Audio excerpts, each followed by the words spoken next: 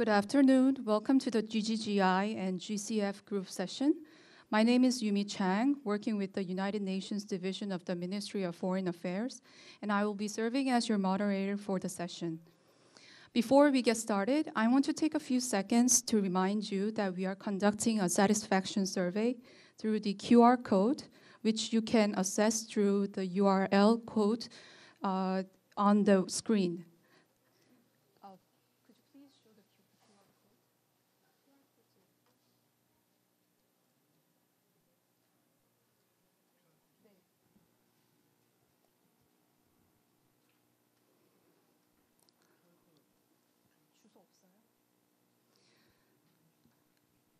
Please complete the survey and win the prize.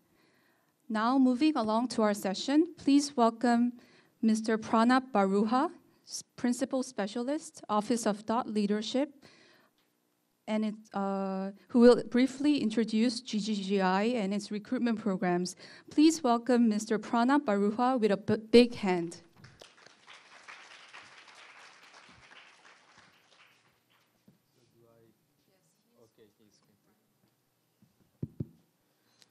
Hello everyone. I have the distinction of becoming the first presenter, so very happy. But at the same time, I think it's a full room, so a little bit nervous I am. So welcome to our session on GGGI's overview. So I think before I go to give you the overview about GGGI, I guess I'll give you a little bit kind of an overview what is green growth. So have you heard about the term green growth? Anybody? Okay, good. I think I see a lot of nodding. Can you go to the next one? So GGGI, it's an international organization. I call we are mini UN because we are not that big, but we are not that small also. We are now 300 staff worldwide, 150 in Seoul and 150 distributed across 25 countries that we operate in.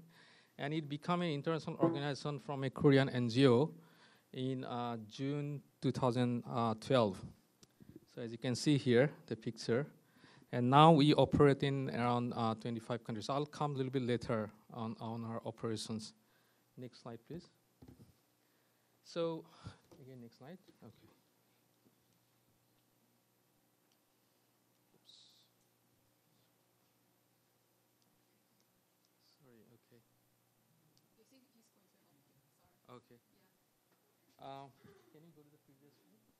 I don't know if it's actually not working. So here actually what I wanted to show you is why economic growth is important, because I think there are a lot of discussions around sometimes like economic growth is the culprit of all these environmental problems because we use a lot of resources and mindless growth. But there was one graph on the left side that actually was depicting why it is important, especially in context of the developing countries. Because poverty reduction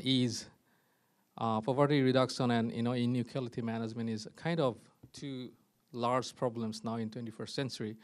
And as you know, a lot of countries in Asia and Africa is still poor. And economic growth is actually required to bring those people out of poverty, strong economic growth. But once you arrive at some level of economic growth, after that, it probably is not that important from that perspective of poverty reduction. So that is what actually the right graph is showing you. So there is a kind of plateau. Once you have economic growth, which is actually very strongly correlated to also energy consumption, the Human Development Index, which is a measure of how much quality of life or human development you have in the society, it kind of plateaus. But before that, we need economic growth. But, can you go to the next slide? But as you know that this economic growth in the past century has been quite detrimental. And the right graph shows, rise in the, for example, water use or loss of tropical rainforest, which is very much coincident with the economic growth. And that is also coincident with the, coincide with the energy use. And we know that this is one of the biggest factors for climate change. The energy use, especially fossil fuel-based energy use, has actually gone up almost 8 times since the Industrial Revolution. So the current, model of economic growth is just it's not going to work. Can you go to the next slide? So if we keep on going like that, we will need 4 Earth, resources of 4 Earth. And that's where we are proposing a new model of growth called the green growth. Can you go to the next slide?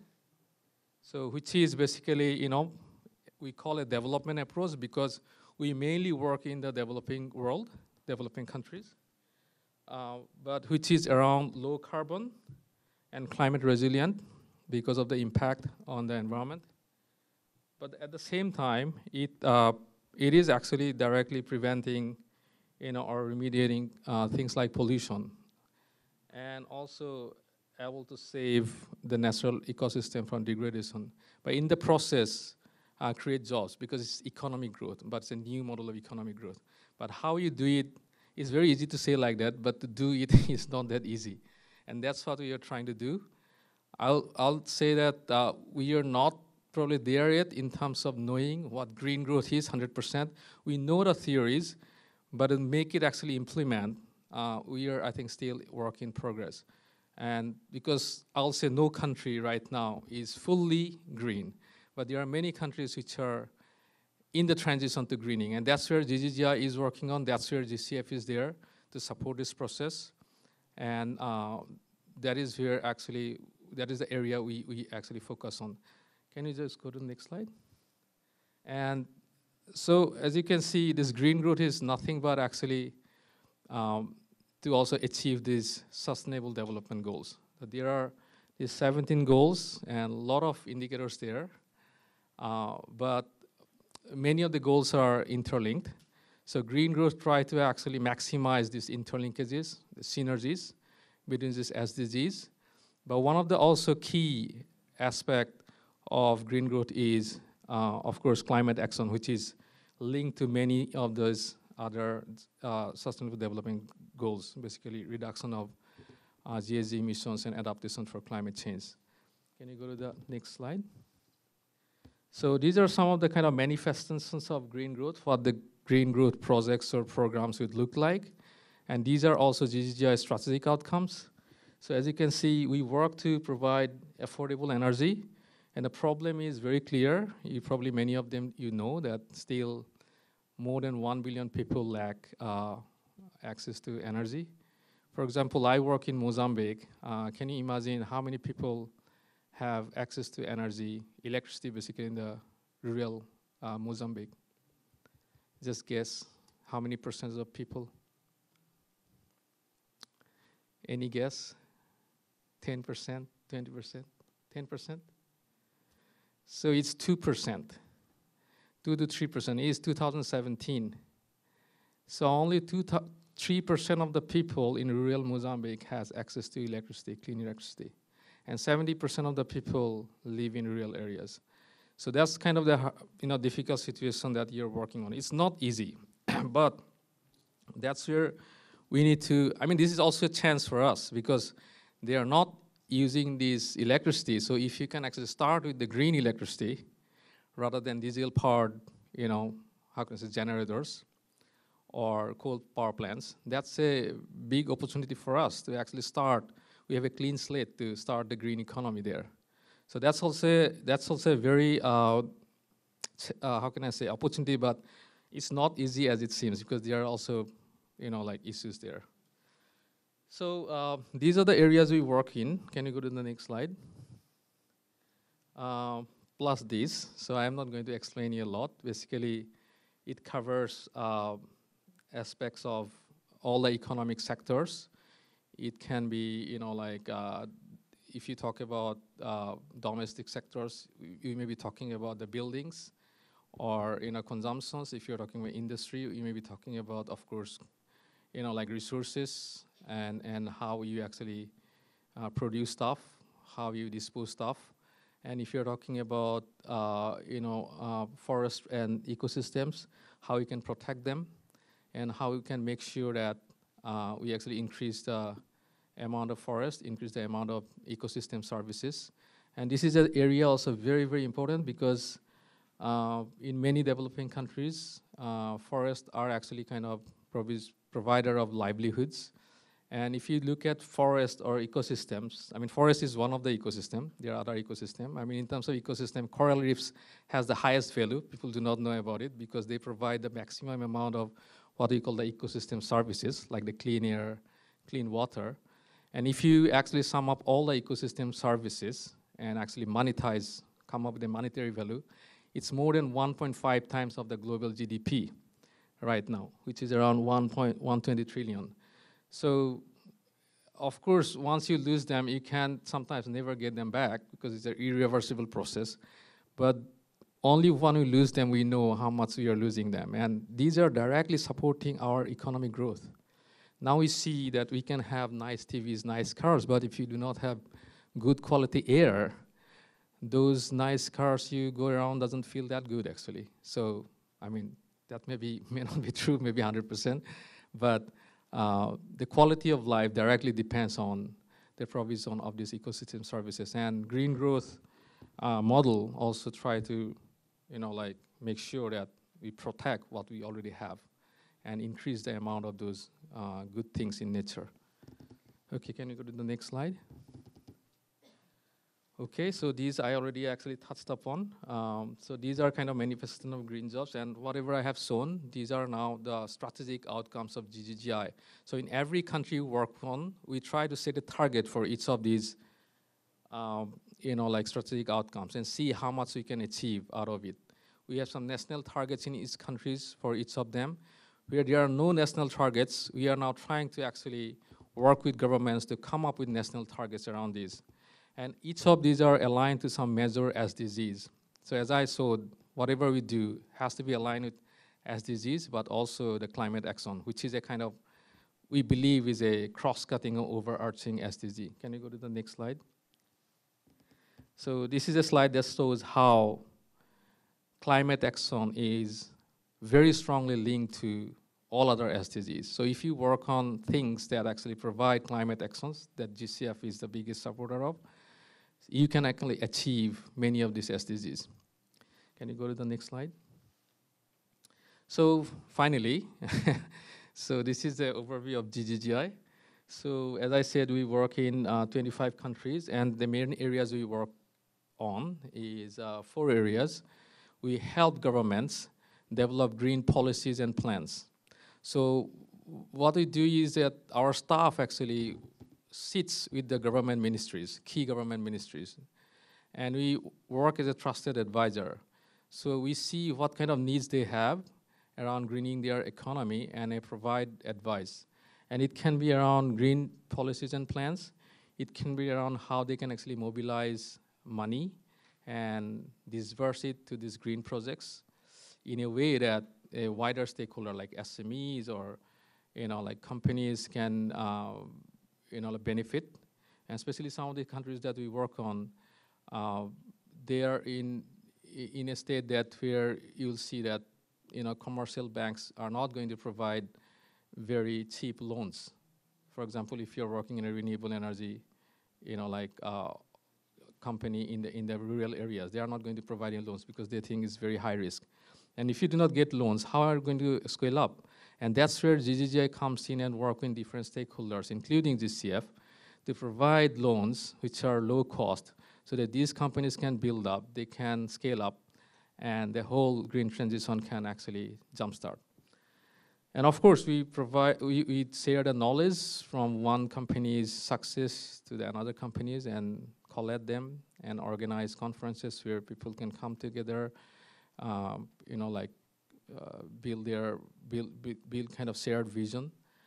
And now also we have focus on our research side. Before we used to call it like we are mostly focusing on the do tank side, but more and more we are trying to focus on the think tank side. And that's where I belong to. So try to get evidence around green growth, trying to promote the green growth agenda and work with different entities to actually make sure that whatever we are doing are disseminated properly in a more packaged way. That's what our department is trying to do. So yes, next slide. So I will not go in detail, but what we are trying to show here is that we take a very value chain approach where we assess the situation in the countries and go to subsector level strategy and planning.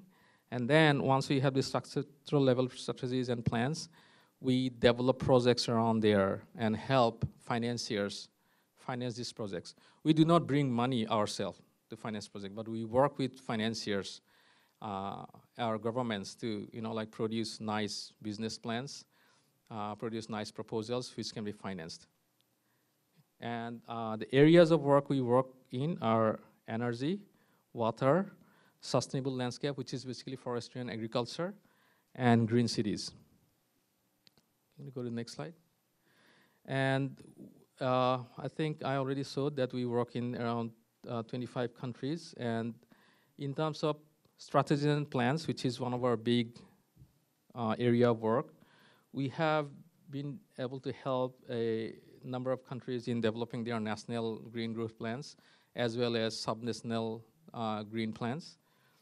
And also able to actually bring those plans to other economic or social policies that the countries have, or other processes, international processes like NDCs under the Paris Agreement. So I hope that you know about NDCs.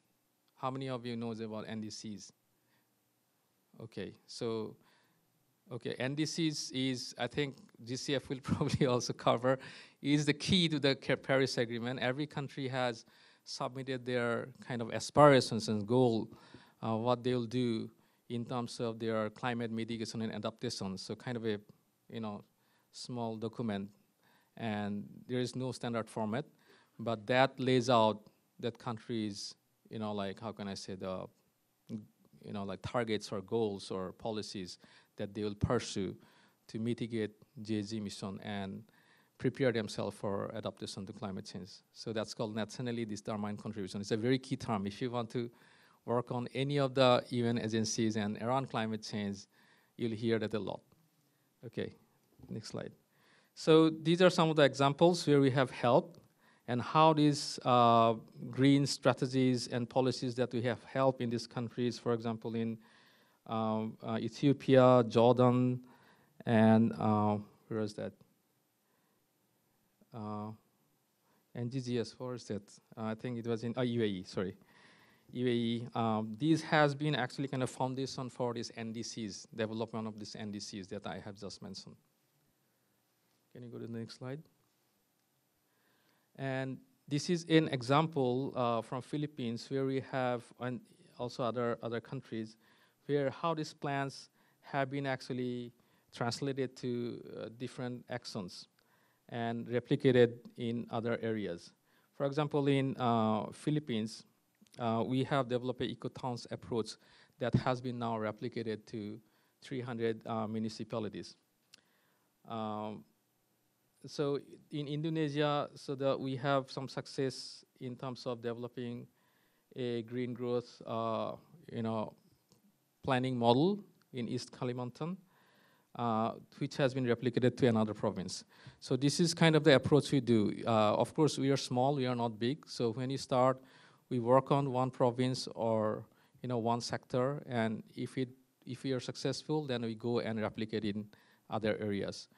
And more our work, we try to do a programmatic approach where we have one overarching project and we support the same kind of services to all or number of our countries. I'll show you an example going in the next slide, I think. Can you go to the next slide? I think I'll skip this one.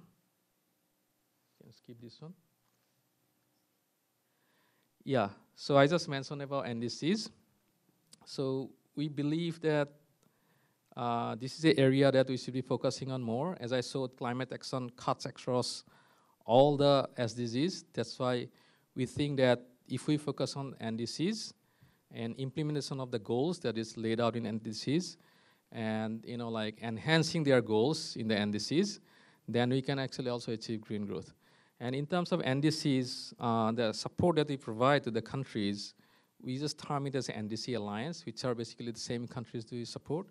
And these are the kind of supports we provide.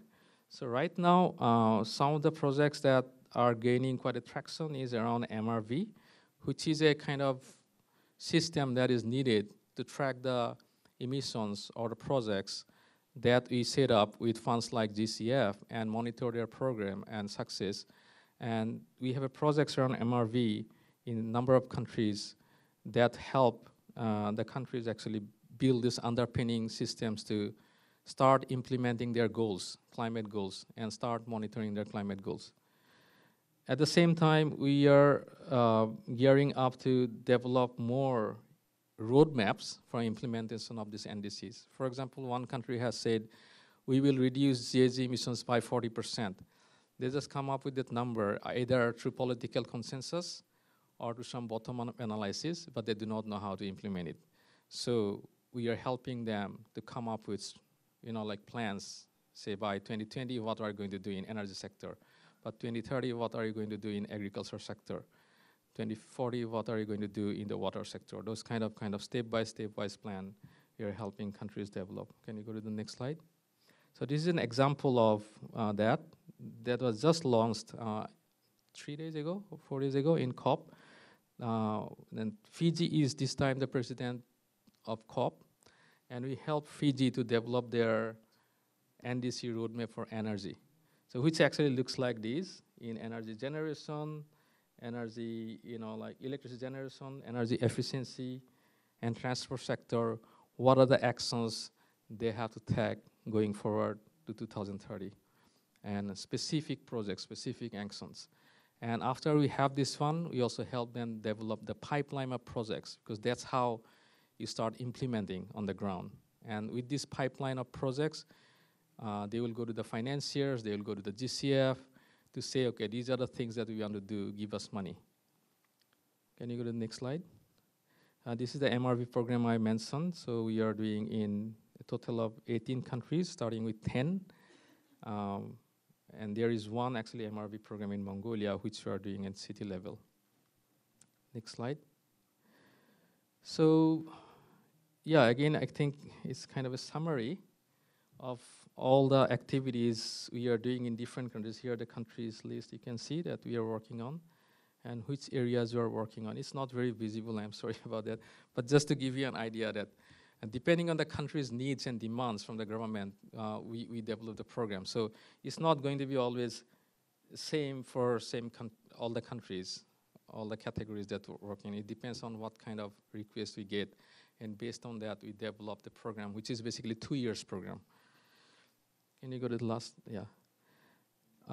This is a overview of our knowledge sharing program. We have also a knowledge sharing program, which is around global knowledge sharing. We support a platform called Gggi, Green Growth Knowledge Platform, which is also supported by World Bank, OECD, and UNEP.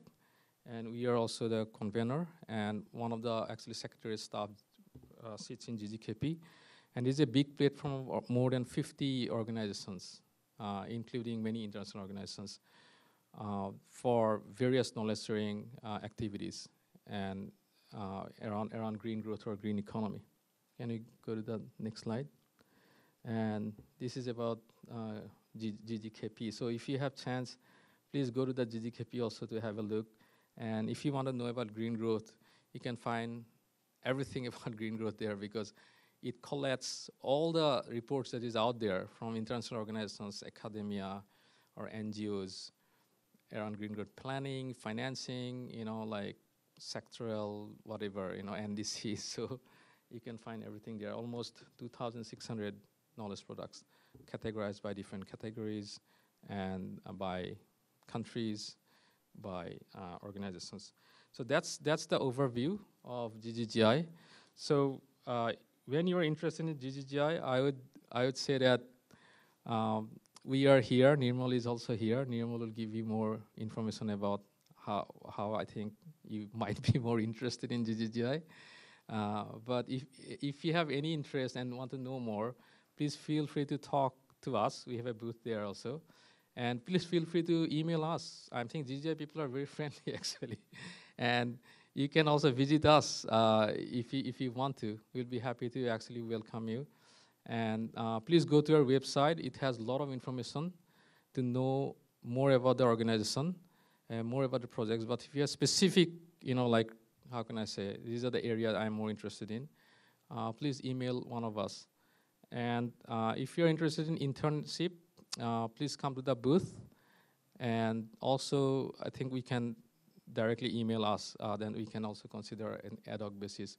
But we have normally 10 to 15 interns, I think, at a time because of our space limitations. But if we see that we have specific needs and there are people who are superly motivated and bring the skills, we can always think about other flexible arrangements. So I think Nirmal will talk about those areas. Thank you very much.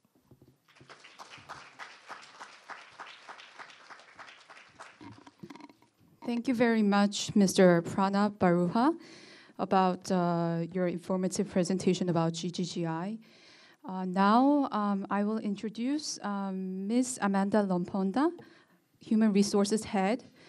She will briefly introduce GCF and its recruitment programs. Please welcome Ms. Amanda Lomponda with a big hand.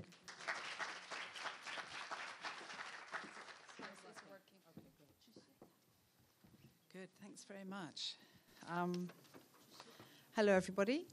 So I'm going to talk a little bit about the GCF, but not too much because I think you can all do your research and you already have done your research. There's a lot of info about the fund out there on our website or in other documents. So I'm not going to go into great detail about the fund, but I'm going to talk to you a bit more about human resources, about how we recruit, how we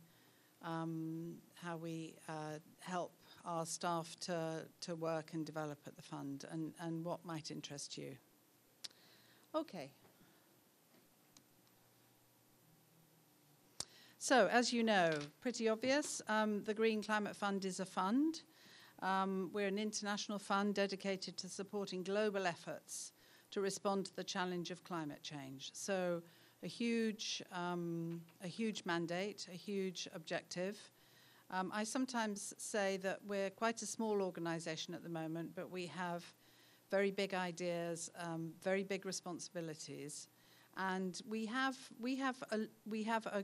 well funded. We have a good amount of money to start off this project.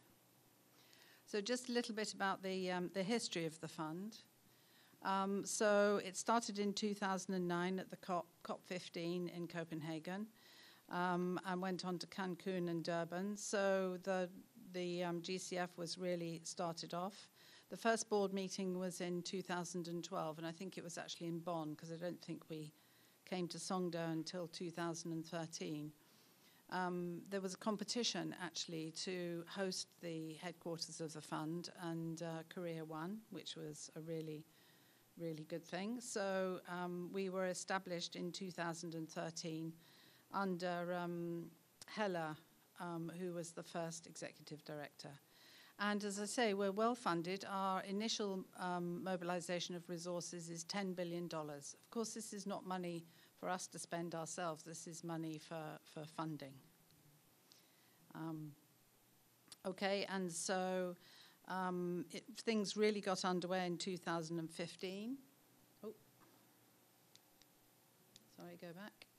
2015, when 195 countries signed up to the Paris Agreement, which of course was all about climate change.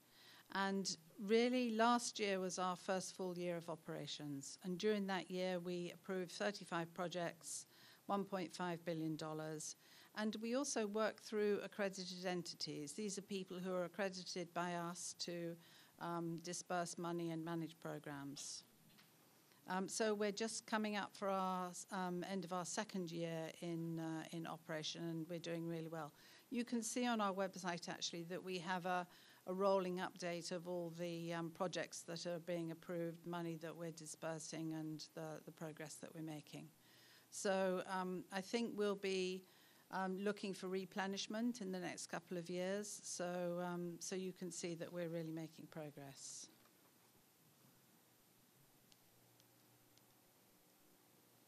So again, still a bit of an overview. So our mandate is empowering countries. We work very closely with countries, as do Gggi.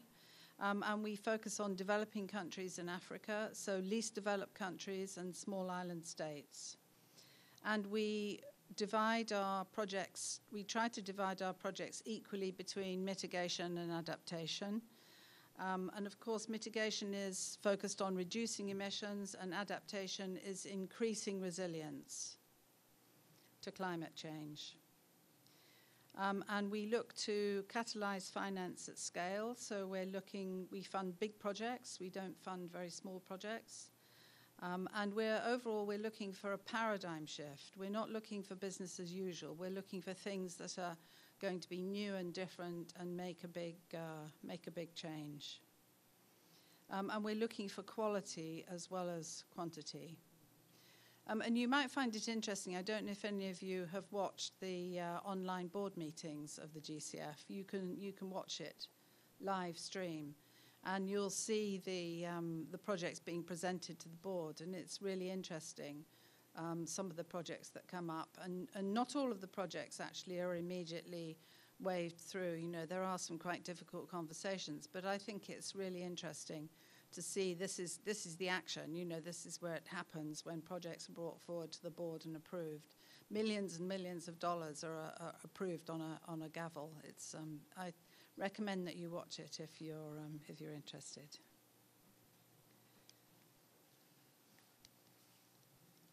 Okay, just to lay out the structure of the fund a little bit for you.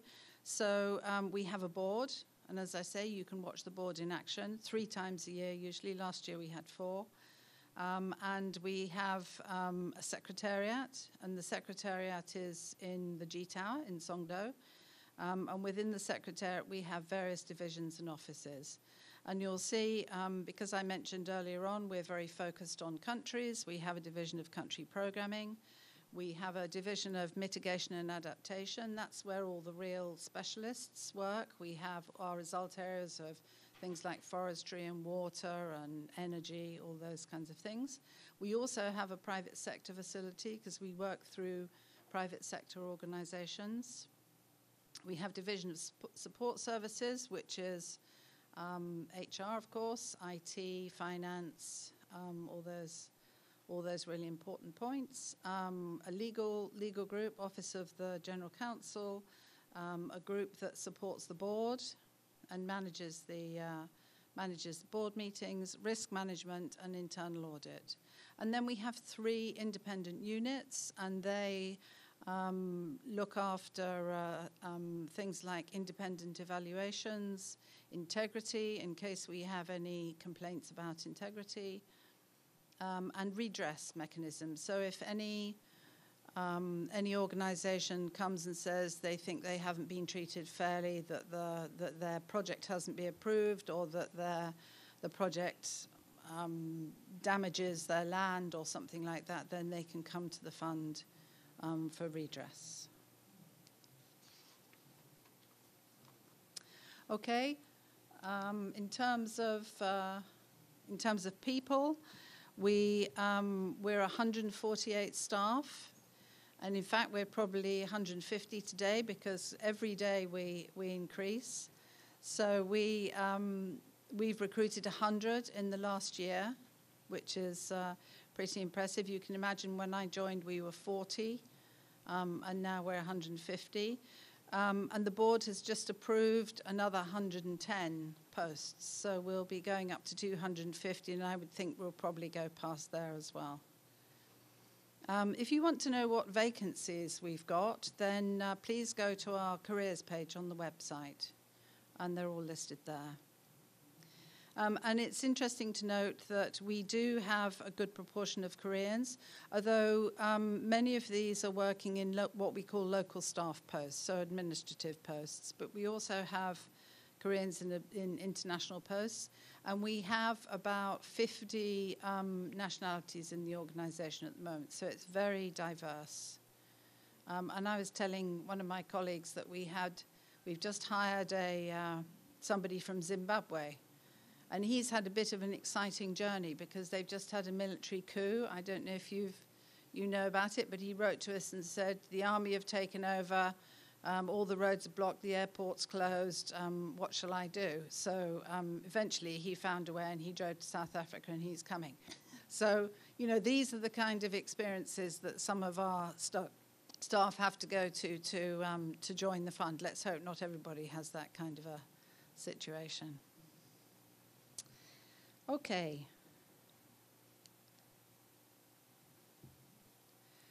Just a little bit more information about working at the fund. So we have a pretty good gender balance. We're close to 50-50. I think we're about 45-55 men and women. As I say, 140 employees, more and growing, 50 nationalities. And obviously we have a compelling mission. It's a really engaging and motivating mission. And if you're at all interested in climate change, then I think the GCF is the place to be, because it's all happening in the G Tower.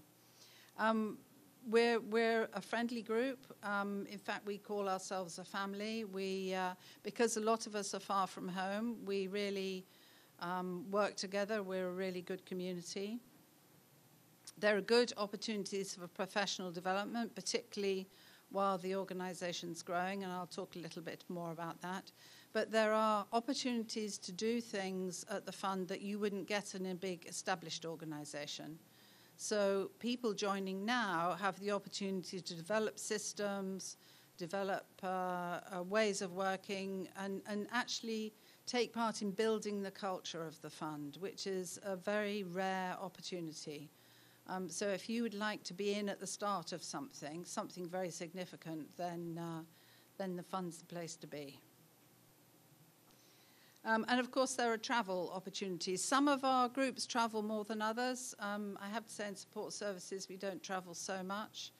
But definitely there is quite a lot of travel because, of course, our work is global.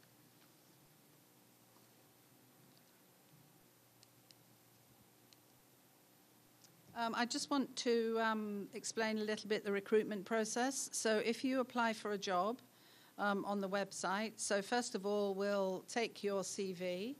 And I just have to say, actually, because we're a new organization, we don't have an automated recruitment system. So just bear in mind, when you send us your CV, we're doing everything on paper. So it's, you know, quite sort of Stone Age, but we're working on it. We will have a system soon. So you would email your CV and letter to us. We'll screen it for the minimum requirements. So if we say we're looking for a master's degree in 3 years, if you don't have that, then your CV will be put to one side. Then we'll take the most interesting candidates, could be sort of 10 or 15, something like that. And we ask them to do a small video recorded interview. And I don't know if you've ever done one of these. We use a platform called Sonru. If you're interested, I think you can go on their site and do a practice run. I've done it a few times, and it's a little bit unnerving because you have to talk to a webcam. You know, there isn't anyone on the other side, so you have to be all kind of, you know, bright and cheerful and convincing to nobody. So it's very entertaining being on the other side and looking at them, because some people, you know, go, oh my God, I can't think of what am I going to do about that? You know, it's quite an interesting thing. But that will be 3 or 4 questions, fairly generic, and it's a screening tool. So do your best with that. And then we'll pick, from the Sonru, we'll pick a number of people for a panel interview. And that will probably be 5 or 6, something like that. So this is a kind of a big funnel that's gradually going down to one person. And we'll most often do that by Skype, or we have another video conferencing tool called Blue Jeans. I don't know why it's called Blue Jeans, but it works pretty well. And then sometimes after that, we also ask candidates to do a written test, which might be a technical written test. So we'll set questions, and they're quite hard, some of them actually, particularly if you're applying for a very technical job. So be ready for that. And then finally, and actually we only do this for the international jobs, but we invite the top 2 or 3 candidates to come to Songdo. And then we have a whole day of what we call face-to-face meetings. So they would meet. Quite often we asked them to do a presentation to the panel. They have a topic, and we say, okay, talk to us for 10 minutes and give a particular topic. Then you meet individually with various managers and people who are concerned.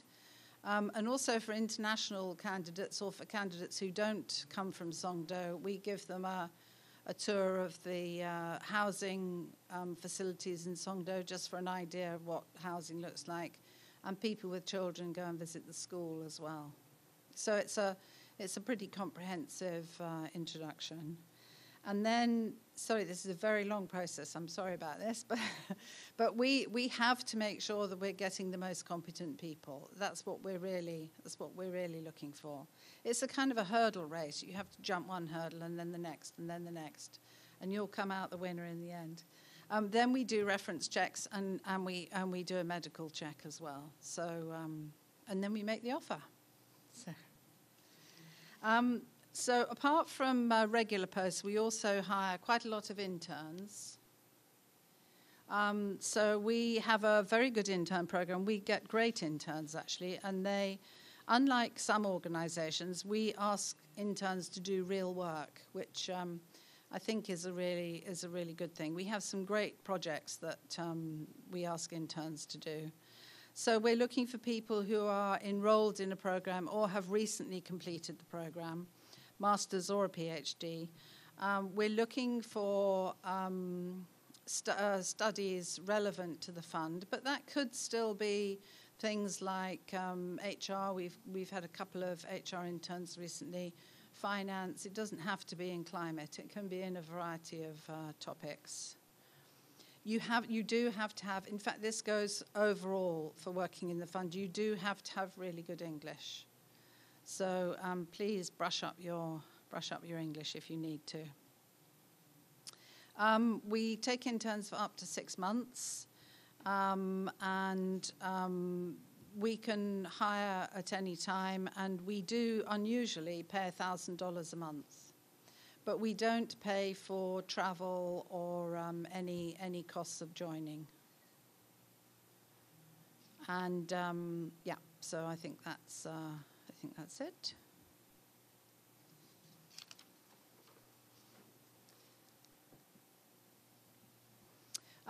So I was asked to talk a little bit about myself. My position, I'm the head of HR. This is a fairly generic responsibility paragraph, but in fact I'm responsible for the full employment cycle. So for hiring, for career development, for training, for performance management, performance improvement, paying benefits, salaries, and for looking after people as they leave as well. So I have a pretty big span of responsibility.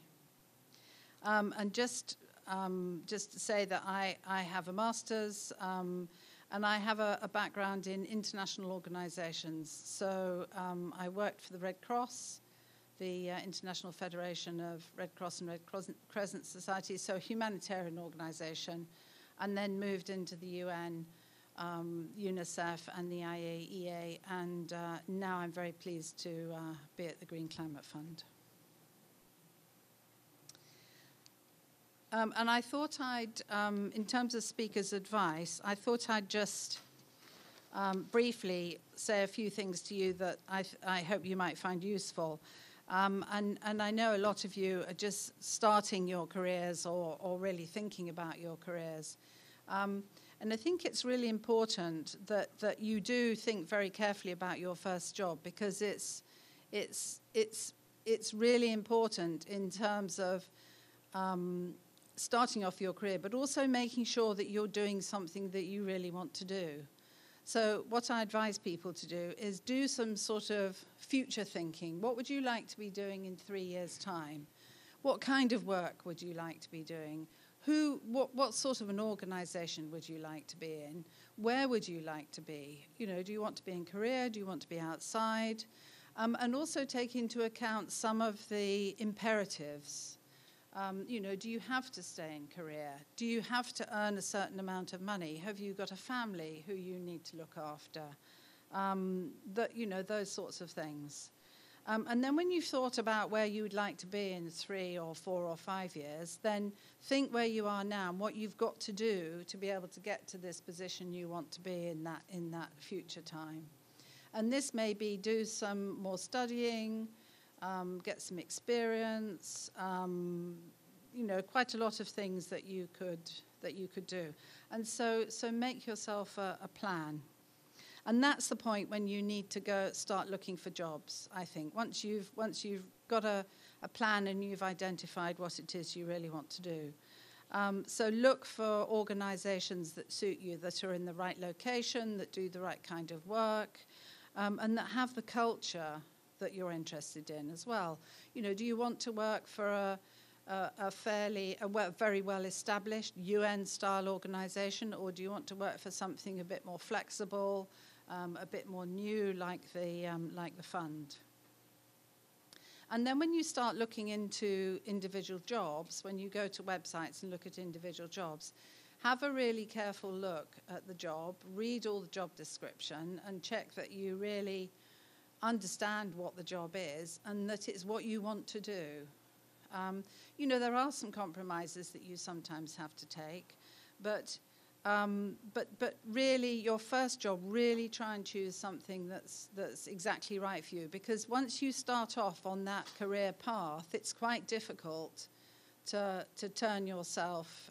You know, if you box yourself into a very narrow field of expertise, for example, you might regret that in the future. So just think about it. And also think about the level of the job. I see quite a lot of candidates, unfortunately, who take a job that's below them, who take a job that's too junior for their skills and their experience. And I think what some candidates do is they panic, or they think, it's great, I'll just take this job, you know, I'll go for an administrative staff job in the GCF, and then I can soon, you know, get promoted and build up and move into a professional job. Actually, that's quite difficult to do, so be really careful about doing that. Take a job that you're well qualified for. Don't take a job that you're overqualified for or underqualified for. You don't apply for jobs that you don't meet the qualifications, because actually you won't get in, because you see from our first round of screening, we look at the number of years of experience and the educational qualifications. And if you don't meet them for that vacancy, then you won't be considered, unfortunately. And also, when you're looking for jobs, one thing that I do when I'm looking for a new job, not that I'm looking at the moment, but one thing that I do is I think, how will this look on my CV? You know, what's this job going to do for me? I know what I can do for the organization. You know, I'm great, I'm experienced, I work hard, I've got a lot of knowledge to share. But what will it do for me? Will I be able to do projects and interesting work and innovation and things of value that I can put on my CV? And so I think that's one of the criteria you should be thinking about. And when you make your application for the job, highlight relevant experience that you've got that relates to the organization, and in particular, any achievements, because HR people are a little bit cynical. You know, people write lots of generic stuff about themselves, but what we're really looking for is, what have you done? What have you achieved? How have you contributed to the organization? And I also, and I'm sure Nirmal's the same, look at jobs that the candidates have held and organizations that they've been in as well, which is why it's very important for you to make the right choices. So you've made your application, it's all great, you're sitting back waiting. You shouldn't be sitting back waiting. What you should be doing is networking and seeing if you can make a connection to somebody who can help you they won't be able to get the job for you, but they might be able to highlight your CV, because don't forget that international organizations get hundreds of CVs for each job. So you need someone to be able to say, oh, I know Jason, he's a really good guy. Have a look at his CV. It won't give you a particular advantage, but it's just really helpful. So then you're invited to the interview. Do your preparation, and when you're talking in the interview, do mention the organization and its work. Do relate your answers to the job that you're applying for. You know, I worked in UNICEF for some time, and lots of times we hired people who, we didn't hire people, I should say, we interviewed people who never mentioned children. You know, UNICEF is the organization for children, and yet we would do whole interviews and people wouldn't ever mention children. So if you're applying to a climate change organization, mention climate, talk a bit about climate, talk about the fund and the things that you've seen it's been doing recently. And English skills, really your English has to be really good, written and spoken. And practice your interview skills as well, particularly if you haven't done many interviews. Ask somebody to interview you. And presentation skills also, because we'll likely ask you to do a presentation. And I think that's it. So, yes, go to the interview, go through all the processes that I've mentioned, and I really wish you all the best of luck. I would love to see you in the fund. Drop me a line, or anyone else in HR if you'd like some more advice. And good luck. Thanks very much.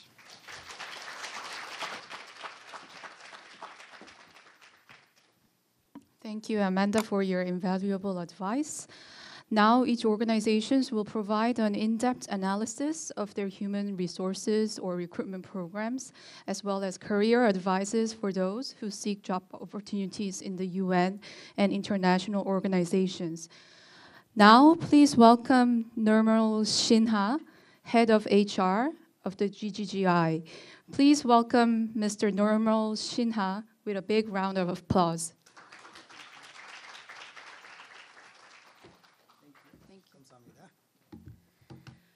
Thank you. Thank you, everyone. And thank you for being here.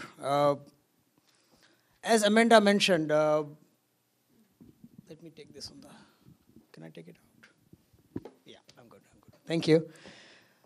As Amanda was mentioning, there's not much difference in the recruitment process, but what I'm going to do in the next 20 minutes or 25 minutes is to take you through probably a step of identifying what you want to do, where you want to be, and how do you do that. So that's going to be the purpose of my talk. I'm going to talk briefly about Gggi, and importantly, I'm going to talk about the values we have in Gggi, and what's the reason for it. We want employees or staff, even the prospective ones who are looking for work, to be quite closely associated with what we value as an organization. So we have 5 values, so keep that in mind, and I'll show you the screen, and I'll ask questions on those 5 values as well. It's very important that you identify some of your personal values closer to what Gggi values. So let's begin by asking a question.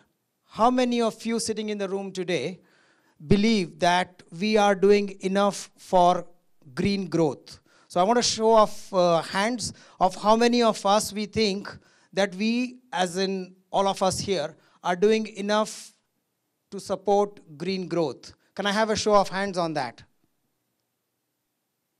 Not a single hand. Okay, let me put it the other way around. How many of us believe that we need to do more in the area of green growth? Can I have a show of hands on that? Yeah, so almost all of us. You can all be eligible to apply for Gggi. So we have 3 Gs in this. So if you spend a moment looking at the logo of Gggi, it's quite a beautiful logo. I quite like it. There are 3 Gs in there, right? And there's 2 Gs which we already talked about, green growth. The third one is global. And what does global mean? Any idea? Multiple countries, more than one country is international. So Gggi is an international organization in the area of green growth. So that's where the 3 Gs come from. It's important to see at the logo and see the 3 Gs.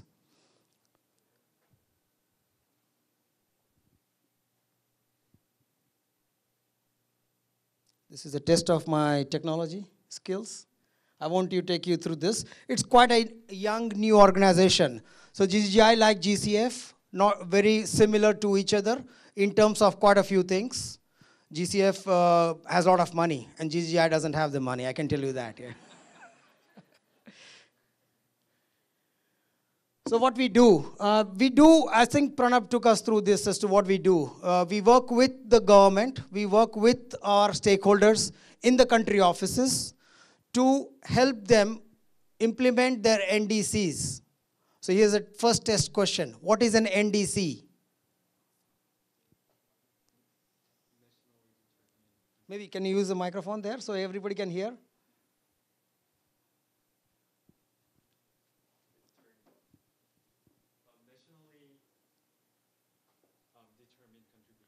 Excellent.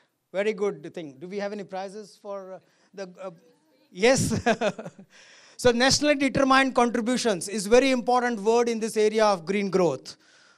Each government have identified as part of their Paris Agreement what are their contributions in terms of reducing CO2 emissions.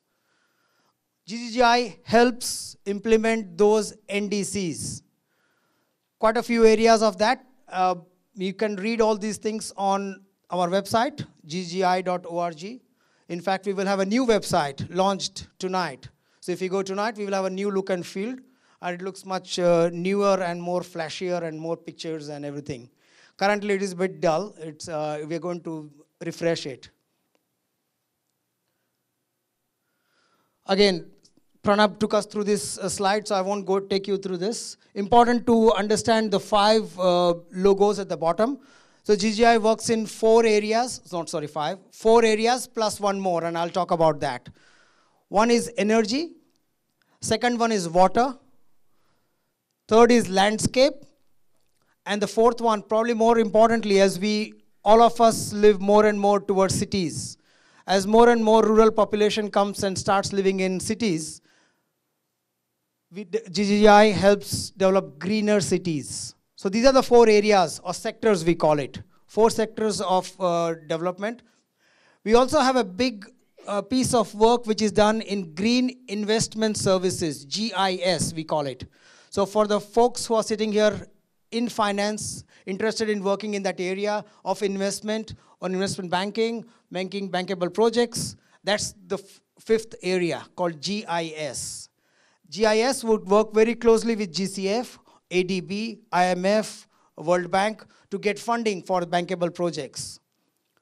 So in simple words, if you have an NDC, so you are the minister in Mozambique, you have an NDC which you are saying that you are going to reduce your carbon emission, or let's carry on to what Pranab was talking about, energy access. So the energy access is currently 2 to 3% in Mozambique, and we want to increase the energy access. Gggi would help develop a proposal to how to increase the energy access. Once a proposal is developed, they will submit it to GCF, submit it to any other funder who would fund that project, and then carry on, help implement that project. So that's the last arm of Gggi, implementation. So we have country offices, we have people based in the country offices, sitting with the government counterparts in the ministries, helping implement those projects and proposals. Any questions until here? Too much information, too many slides. I won't bore you with this.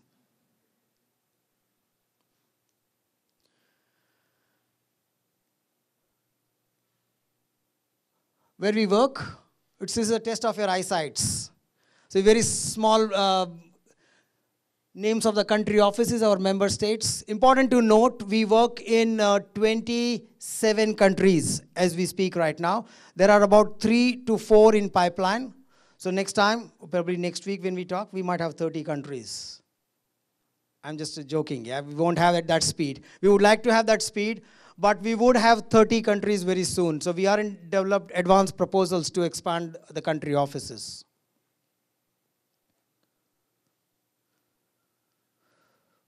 Which are the 4, or let's take, which are the 3 countries in South America that GGI is working?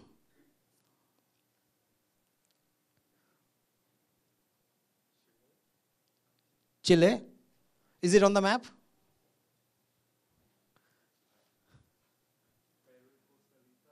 Yeah. Excellent. So Peru, Costa Rica.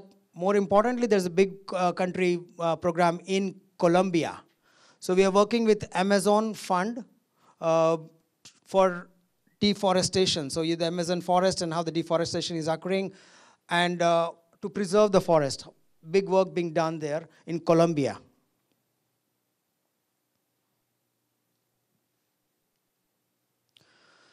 We call it hub. We have 3 hubs, so to speak. We call headquarters as in Jeongdong building in Songdo. In Songdo or Seoul? Seoul, right?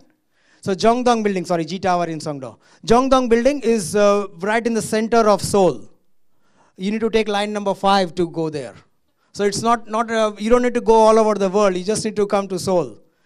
So if you are thinking of working in an international organization which is working in the area of green growth, and you want to live in Seoul and enjoy the Seoul lifestyle, come to GGI. It's better than Songdo, I can tell you.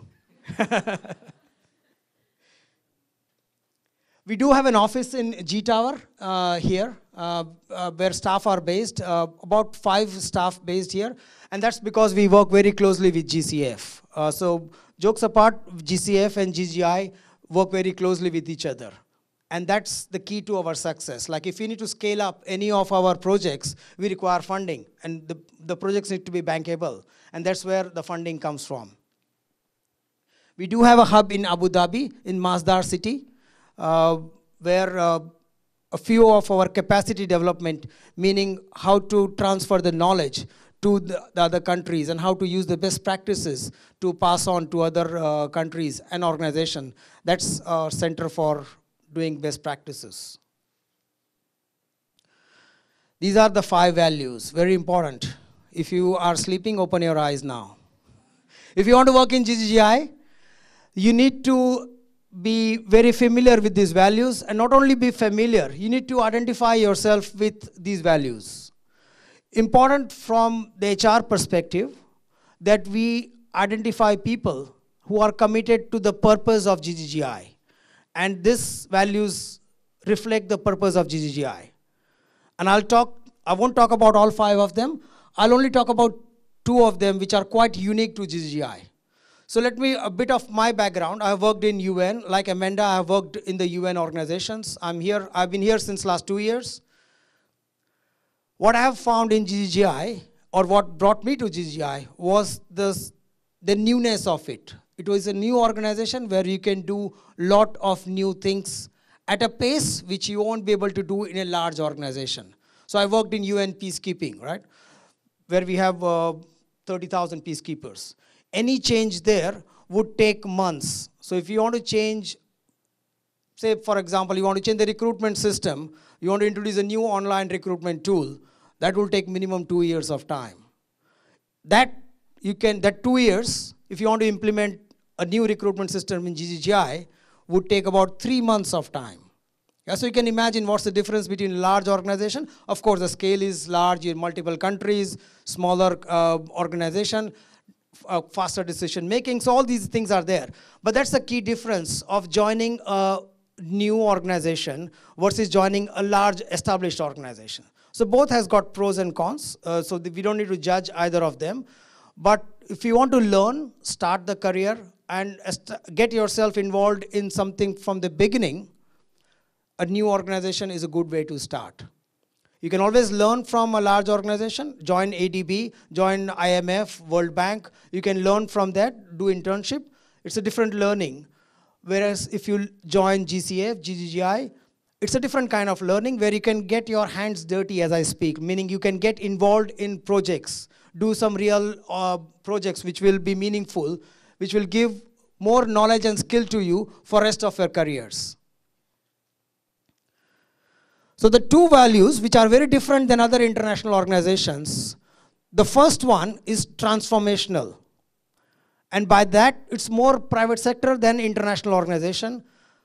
What we mean there is we are the ones who would break the norm, meaning we are the ones who would go out of way to develop new systems or new technologies or new processes or new programs or new projects. That's what GGI would do. What it means is we would be thinking outside the box, meaning we won't be doing what's done normally in an international organization. And with that comes very closely related another value, which is boldness. It's very similar to baldness when you lose the hair. Remember that? It's called boldness. And boldness means you will experiment, you will make mistakes, you will succeed, at the same time you may fail as well. GGGI is an organization where we value transformation, meaning thinking outside the box, and taking bold initiatives or strategies. And importantly, some of them may fail as well. So meaning failure is okay. In an organization which is trying to do new things, develop new products, develop new ideas, there will be times where things will not go right. Of course, the donors sitting here, GCF, would not like to hear it, but that happens. It's the reality of business, yeah? So when you're trialing new products, doing new things, there will be times when there will be less success than what is anticipated. The other three values are pretty standard. You need to be integral, meaning we are respecting integrity. You need to be honest to yourself, as well as the organization, as well as the donor. There is a higher level of integrity because you are using taxpayers' money. So you're using what is funded by each of you sitting here. So all of us sitting in international organizations are funded through governments, and the governments use government taxpayer money. So the scrutiny of integrity is higher in terms of transparency, in terms of being fair. Second is being inclusive. Inclusive is we would include all segments of the society. Doesn't matter what gender you belong to, doesn't matter what religion you follow, doesn't matter where you come from, your color of the skin, your look of your eyes, look of your hair, whatever it is, it doesn't matter. You need to be inclusive of all people. Importantly, we are having strategies towards more modern appreciation of lifestyles. And by that I mean people could be in a same-sex relationship, people could be coming from parts of the world which are very different than where I come from or where you come from. We need to be inclusive of all of these differences. So being inclusive is the other one. And the other one is excelling in whatever we do. We strive for doing the best. So which is the top two which GGGI is different than other international organizations? So I want somebody from the back. It looks like everybody is fast asleep. What are the two top values of GGGI, different than international organization? Excellent. I do have prizes at the end of the session.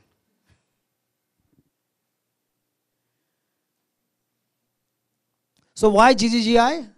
I'll talk about how to come to GGGI as well. I haven't forgotten about it. There are some tricks which I'll talk about, how to get into GGGI. And don't share it outside this room. So why GGGI? You will work with the best people in the field. So although we are based in Seoul, we are based in Songdo, we are an international organization. So we attract the best people in this area. So some of the people in there, I don't have Pranab. I was looking for Pranab, but he's not on there. Where is he? Yeah? So we have people here who are internationally renowned in their area, fields of work, very progressive, and they are based in HQ or they are based in country offices. So you work with the best people in their areas of expertise. You can work either in headquarters or in country offices. So you have an opportunity to work in a metropolitan city like Seoul or Songdo, if you want to call Songdo metropolitan. Or you can work in Abu Dhabi, or you can work in Ethiopia, or you can work Addis, or you can work in Rwanda or Senegal. So all these countries, so we got a lot of opportunities to have experience in different country offices. So you can work for an international organization based in Seoul, so headquarters here. So there's opportunity to come back to headquarters. At the same time, if you're looking for adventure, looking to work and experience country offices, you can be based in any of these country offices. There are 27 of them. So you can choose which part of the world you want to work in. So you can know different cultures, different people, different way of doing business, because each country has different way of doing business. So you can experience the diversity, I would say, in the same organization. We are encouraging a lot of movement within our offices, meaning people who are working in headquarters in Seoul, moving to Masdar City, or moving to Indonesia, moving to Philippines. So we are moving a lot of people within the organization. So if you want to experience different countries, you don't need to leave the organization. You can just transfer within the organization. We call it rotation. We're going to do it more and more. So if you are on an international position or a national position, you have opportunities to rotate to different country offices. So that's about GGGI and diversity in GGGI. Any questions before I go to the next phase? Very clear or very unclear? Clear? Nothing exciting, burning, you need to share? Tell me, why would you join GGGI? Yeah? Can you use the microphone so everybody can hear? I have a question on what are the potential opportunities to join your organization as a junior position. So let me clarify the definition of junior. You mean age-wise, career-wise? I know, I'm just kidding, yeah? So there are different types of positions we have in GGGI. So one of the first opportunity, which we are doing today, in fact, I don't know how many of you know, we have 5 internship positions currently in GGGI. So today, 6, including HR, so 6 of them. So we are interviewing candidates for those 6 positions at the booth upstairs. So since morning, we have been talking to candidates, identifying, shortlisting of candidates for these roles. So one definite way of joining GGI is through the internship program. So if you are currently enrolled in the university, or you have completed university within the last 12 months, could be a bachelor's, could be a master's, or could be a PhD, you can apply to internship roles at GGI. So that's the first, probably the graduate entry process into GGI. And we have opportunities at headquarters. We also have opportunities in country offices. So we do advertise positions in Senegal or Rwanda, so we can apply for those as well. We pay $500 per month. I know it's not a lot of money, but that's as a token contribution towards the living cost. We support the visa. If you need to work in another country office, we'll support the visa process, and definitely we will fund that. The other way to enter GGGI, which is through individual consultancy positions. If you have a skill or an expertise and you're looking for joining GGGI to sample or test how it works, you can look up on our website, gggi.org. I'll keep repeating this website. It's going to be new today. You can look up under careers, you can look up individual consultants, and you can, I think currently there are about 4 or 5 individual consultancy openings. Again, that's global. That's all over HQ as well as country offices. And the third opportunity we have, which is long-term commitments, long-term prospects, working for the organization. They're called staff positions. So currently GGI is 255 staff as we speak. We would be 311 by the end of the year. That's the target. A lot of proposals, a lot of offers are in the pipeline. So we will have more people coming on board. And this will be throughout the world. So they won't all be coming to Seoul. But we're getting more and more proposals on an ongoing basis. So we do recruit people as we go. So these are the targeted staff numbers. But we have short-term staff assignments which come up as projects are coming up. To give an example, we have a proposal development requirement currently in one of the country offices, Papua New Guinea, which we are still negotiating with the donor. But once we have that, we would advertise for a 6-month role, either as a staff or as a consultant. So if you want to try out, if you want to see, and if you have the skills, more importantly, you have the skills and the experience to do that, apply for those roles. Very transparent and open system. We have a very nice electronic recruitment system, unlike GCF. I'm just kidding, Amanda. So we have a very nice electronic system which we launched 2 years ago. GGI is, I must say, has contributed a lot in terms of systems and processes. So just in HR, we have quite a few systems. So this is a good system. You can go and register yourself, create a profile, and create an alert. So if you create an alert, any jobs which comes in that area will be emailed to you. You don't need to go and visit the site again. It's like any website, like Inspira. If you want to work for UN, go to inspira.un.org, and you can create an alert there. Similar to that, come to gggi.org, go to careers, create a profile, and create an alert in there, which will send you all the jobs which come in that area. What we do is we do a screening behind the scene. We get all the applications with all the attachments, CVs and your application form and your cover letters. The hiring managers and the HR would sit together. They will go through the CVs and see the ones who meet the minimum requirements. Once they screen it, it's called the screening process. Same process of what Amanda described to us. So initial screening is done online. We do like Facebook, we do thumbs up and thumbs down.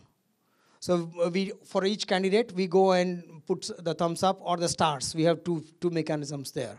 So we can screen directly at the first stage, meaning the people don't require the minimum requirements. An example is the job requires 10 years of experience, and a person only has, say, 1 year of experience, 2 years of experience. That's definitely a thumbs down, yeah? So I'll put a thumbs down in there, and that person's automatically send an email saying, thank you very much for your application.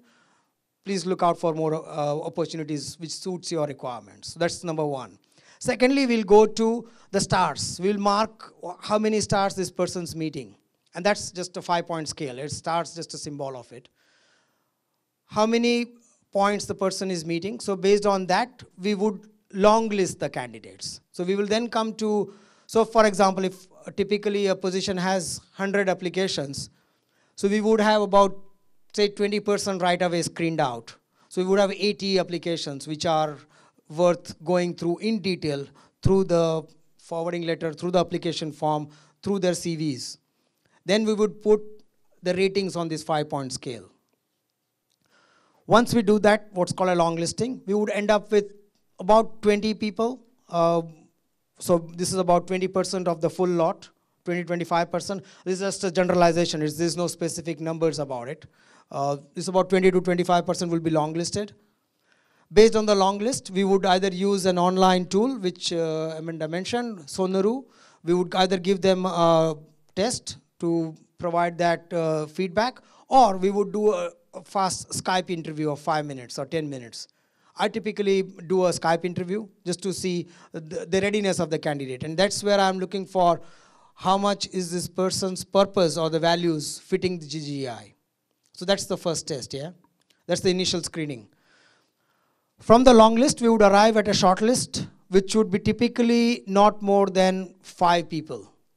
So it will be most times less than 5 people. That's where we do panel interview. A panel interview could either be a face-to-face interview or it could be on Skype again. So panel interview will take through a set of questions which is known as competency-based interviewing. Any idea, any clue on what is competency-based interviewing?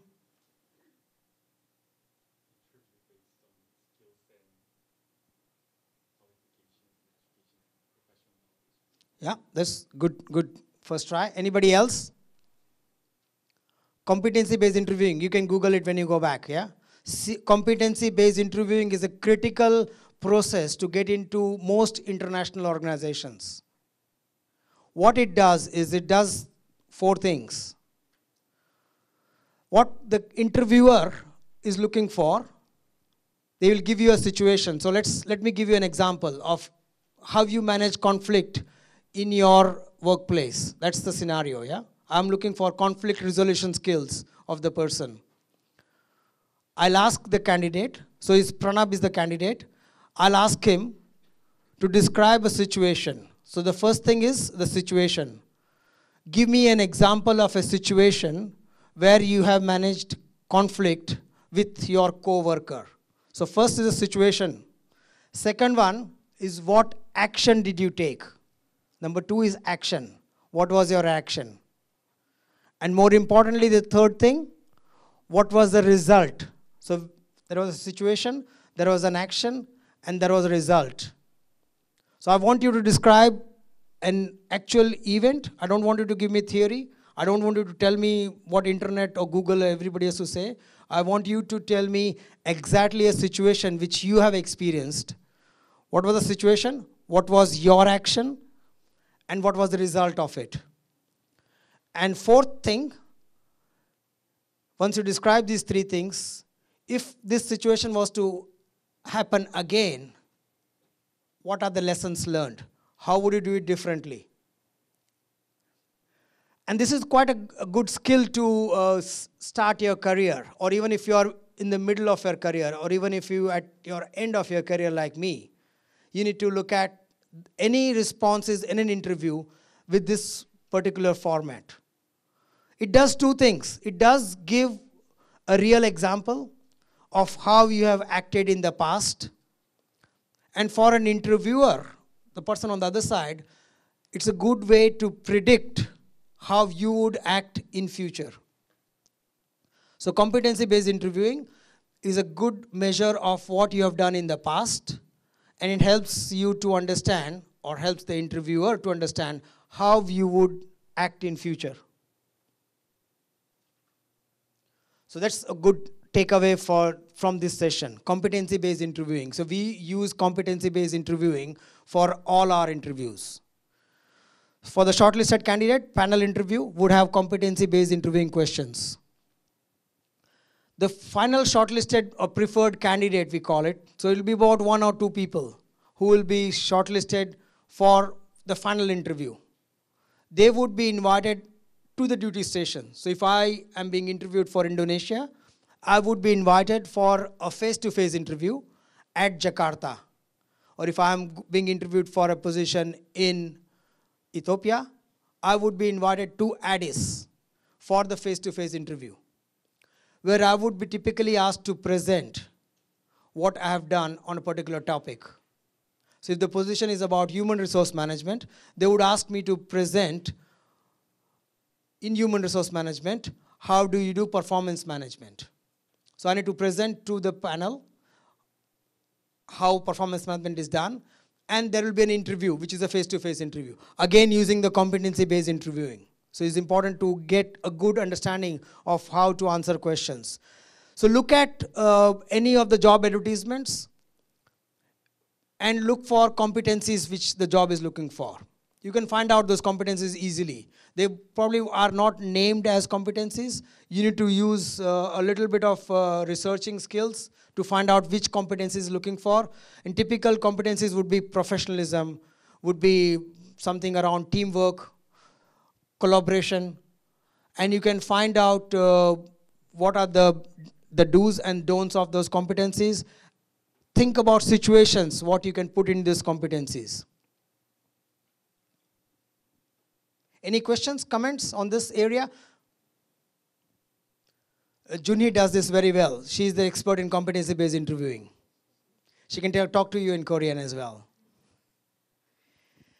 The last part I want to do is take you through a process. How are we doing with time, Junhee? We're about 5 minutes. Okay, so this will be a quick session. We have a handout. What I want to do is have a look at the handout. It's got an arrow in it. Can I use one of them? So the handout looks like this for people who haven't received it. It talks about 2 scenarios. It's from now to wow. You won't find this on the internet, I can assure you that, yeah? So where you are now. So I want you to spend the next 2 minutes just identifying where you are now, meaning in terms of a career, where you are now. Just write it down, think about it. Where you are now, you have finished your bachelor's, you have finished your master's, you have finished your PhD. So that's your now situation. More importantly, write down there, what are your areas of expertise, where you would like to develop yourself, where you would like to work. So that's the now scenario. Then think about what exactly where you want to be in 3 years' time or 5 years' time. That is the wow. Yeah? So now is where you are, what you're doing right now, what you have completed in terms of your degree, in terms of your qualification. And wow is where you want to be. In 3 years' time, 5 years' time, in a short term. To me, 5 years is a long term. I'm a 1-year thinker. Think about short term. The shorter you think, the more practical, more realistic your plan would be.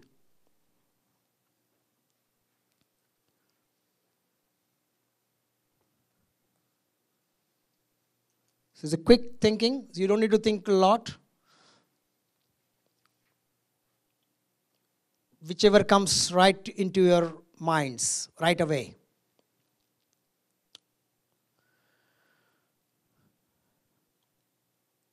All done?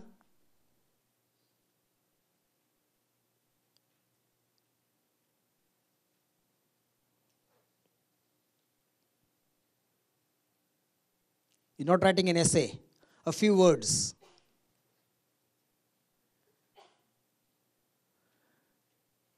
Okay, next, talk to the person next to you and share your thoughts. And please do it in English so I can understand, I can listen as well. All right? Let's do it. Let's go. Introduce yourself to the person next to you and share with them your now and your wow.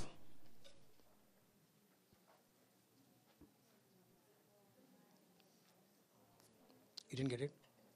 Use this one.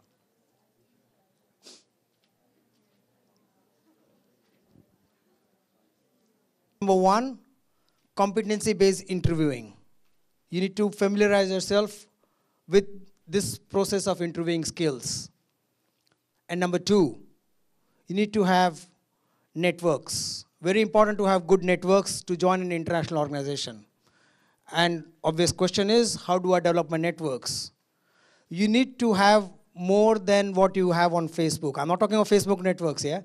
Those 10,000 or 20,000 or 1 million friends, I'm not talking of those networks. You need to have professional networks on something like LinkedIn.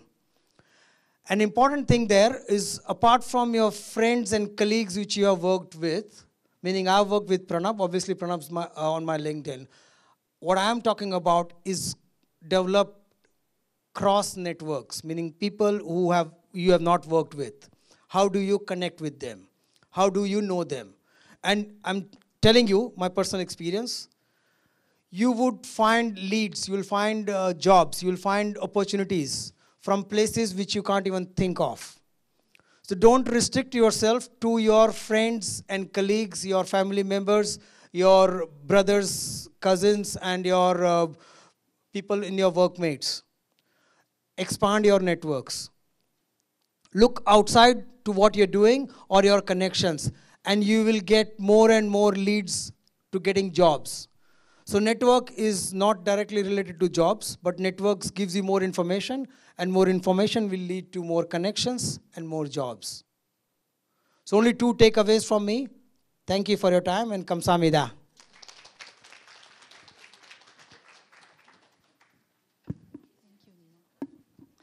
Thank you, Nirmal, for your detailed presentation on GGGI's HR system and informative career advice.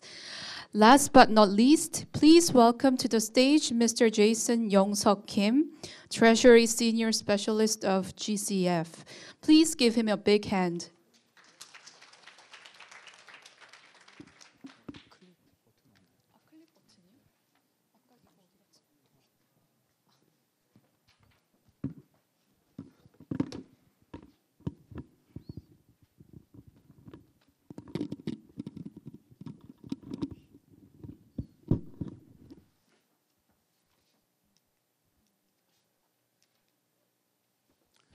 Thank you for attending the environment session, group 4 session. My name is Jason.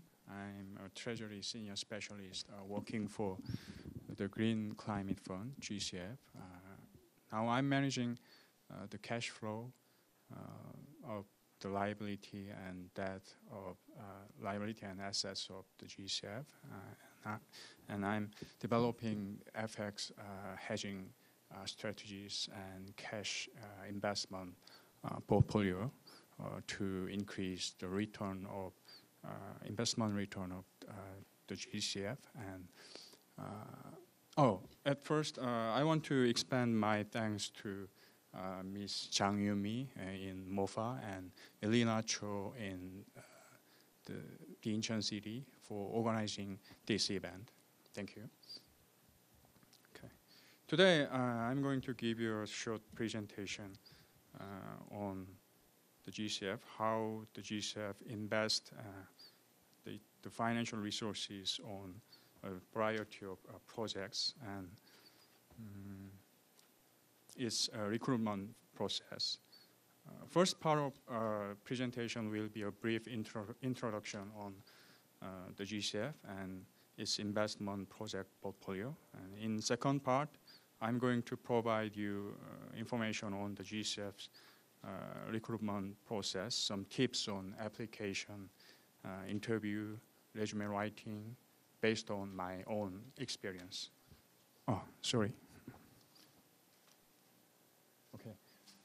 The GCF invests in transformational projects that build low emission and climate resilient economies in developing countries. It is a means to translate climate science recommendations through technology applications into lowering emissions and building climate resilience. The Green Climate Fund has a considerably high risk appetite because it must create a paradigm shifting investment in highly risky areas. The Green Climate Fund got $10.3 billion contribution pledged by most developed countries, about 50 contributors. And the Green Climate Fund, its financial resources can be invested in a project or program through the accredited entities. The accredited entities, there is a kind of pass-through operating and monitoring the projects and operating entities. As of the end of the last month, the board of the GCF approved some more projects, and the total number of projects is about 54, amounting to $2.65 billion equivalent amount. Now the number and amount of the projects are increasing rapidly. This leads to the rising number of GCF staff.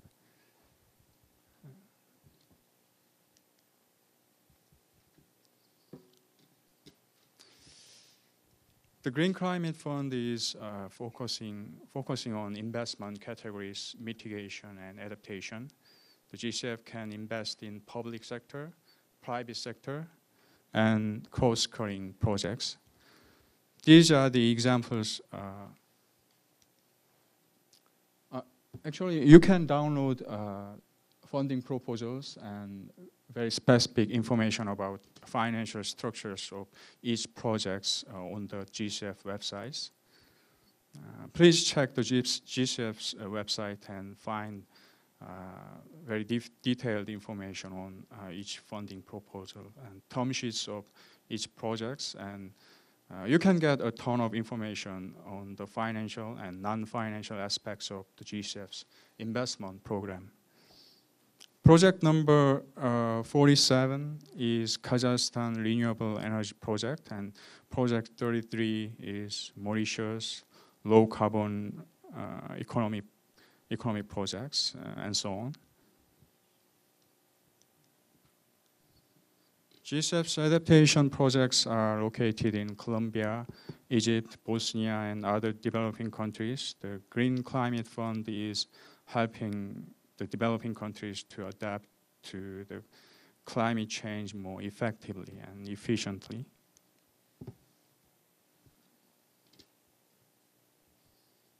This is the most up-to-date statistics of Green Climate Fund portfolio. 54 projects have been approved, and it is estimated that about 159 million people are getting benefits from the GCF's approved projects. Also, 1 billion tons of CO2 is forecasted to be avoided by the projects. Among 59 accredited entities, 23 entities are located in Africa, 21 in Asia Pacific, 11 in Latin America and Caribbean, 4 in European countries, Eastern Europe.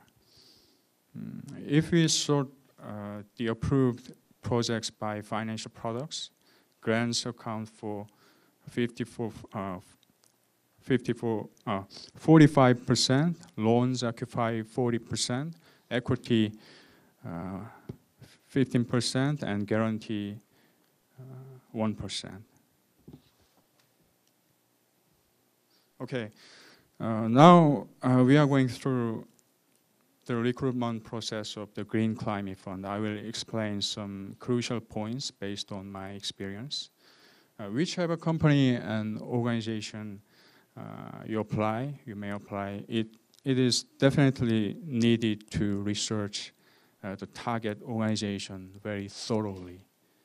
As I mentioned before, you can download detailed project documents from the GCF's website, and the most updated financial report can be read to understand the fund's overall financial status. Balance sheet, cash flow statements, and other risk management documents can be downloaded.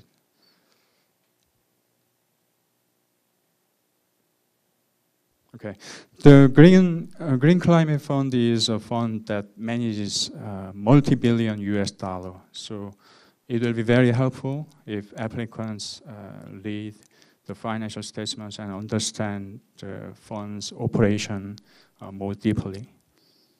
Also, research is very crucial when you decide if any organization or any position is fit for you. Then find opportunities on the career section of the GCF's website, and resume writing, pre-recorded interview, live video panel interview, and on-site interview will be followed.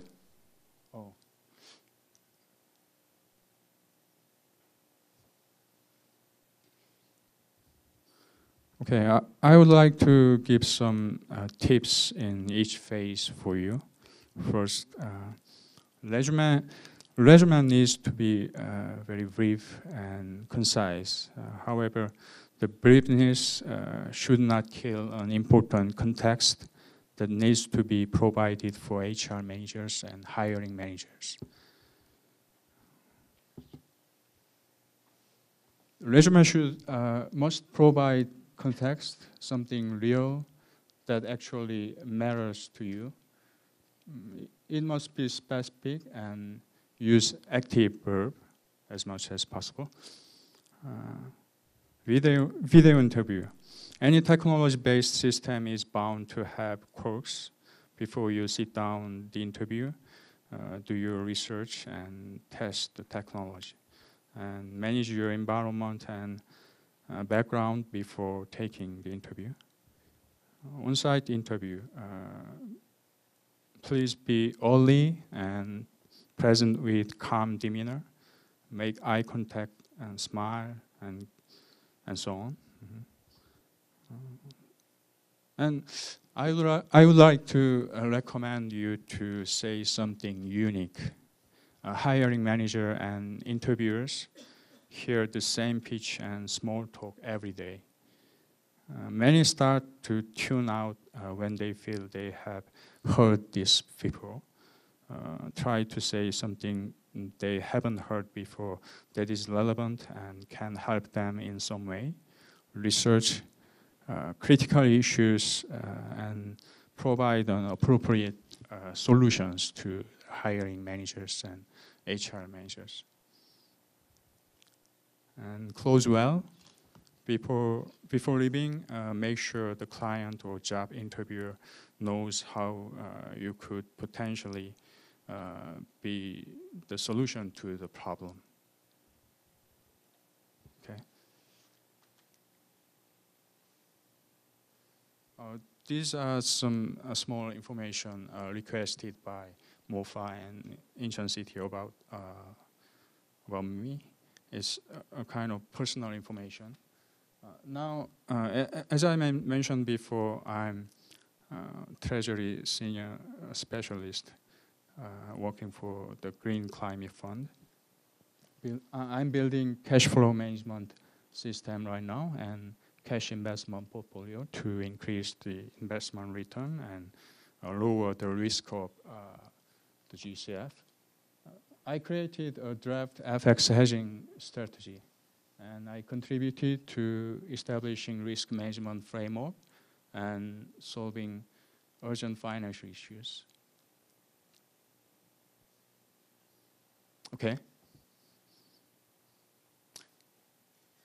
Thank you for your time and attention. If you have any question, please feel free to ask your question. Feel free to ask. Oh, next time.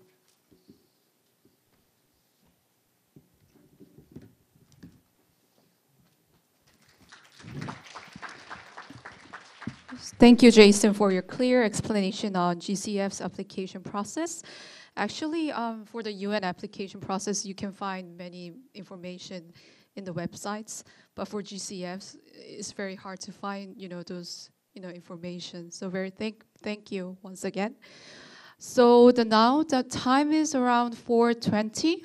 We will have a short break for 10 minutes, and after that, we will proceed to the Q&A session. I assume many of you have many questions to these four speakers. So please return to this room by 4:25. Thank you. So we will now receive questions from the audience. Please raise your hand if you have any questions for our speakers, and we will hand over the microphone. Please take this opportunity.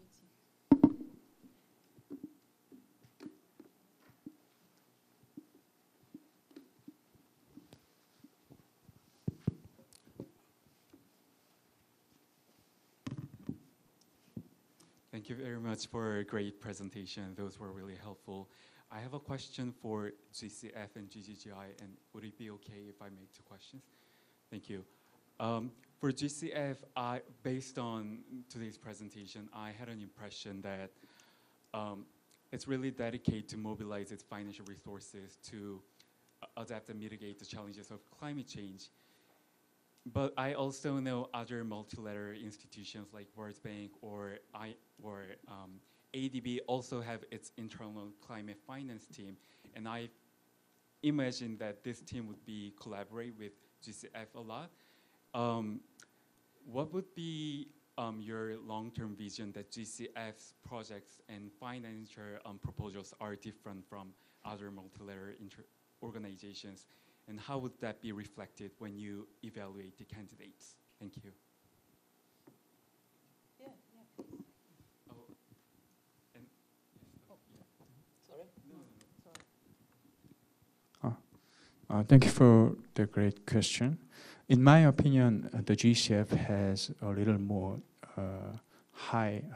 higher risk appetite than other multilateral financial institutions, banks, because the GCF should invest in paradigm shifting projects to help developing countries to mitigate climate change and adapt to the challenging disastrous result of the climate change. So GCF has higher risk appetite, and we are ready to invest in equity, grants, guarantees, loans.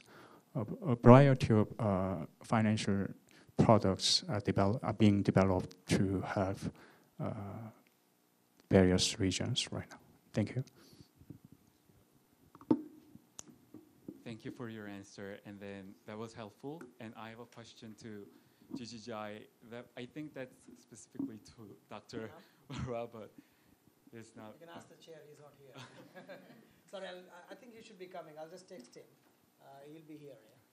So if you can hold a question for him. Or ask another question. sure. Go ahead. I think it. So, I personally think green growth and sustainable development are one of the most. I think those terminologies are easy to be overused and misused when the government propose new 5-year strategic plan or government initiatives. And I've also recognized that Gggi has pretty clear vision on what green growth is. But because of the interdisciplinary aspect of the green growth, I think it's critical to have a solid metrics when you evaluate the end of the project and its performance.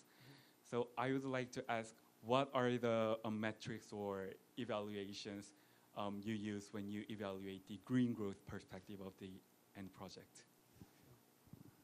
So in terms of the project proposals, what we do is we identify very clearly two things in any project. What are the outputs of the project and what are the outcomes? Now, these terms are used very well in project areas. Important to know that output is something which you can get right away, immediately measure that. So meaning if we are going to use the fund from GCF to develop a sewage treatment water plant in Mongolia, the output would be we will have 300 million sewer being treated and we will have clean water going into the sea. Yeah, that's the output of it. But what importantly we have in each of the projects is an outcome, that in the long run, how is this project going to help attain any of the SDGs which the UN has had, or any of the government initiatives which are in the long run going to benefit the population. And we have a process by which we measure all these things on an ongoing basis called log frames. Log frame again is a word which is used very predominantly in an NGO, international organization area, meaning you measure what is the input and measure at each stage what is the milestone of the project and report to the donors. Because this is, again, going back to my previous statement, this is very important to measure and report how each of the dollar is spent on the project. So we measure this using this enterprise resource package, using log frames, and report on that basis on a regular meetings with the donors. Thank you. Thank you very much for your clear explanation for output and outcome. Thank you.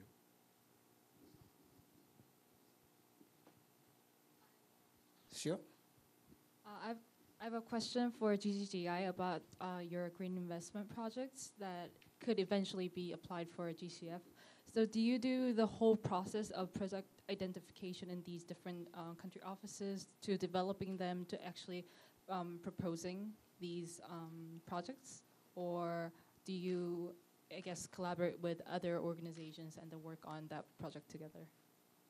It's a very good question and very important question. Yeah, Green Investment Service is a new product line for us. The GGI has been in existence for the last 4 years, but Green Investment Service is a relatively new area for us.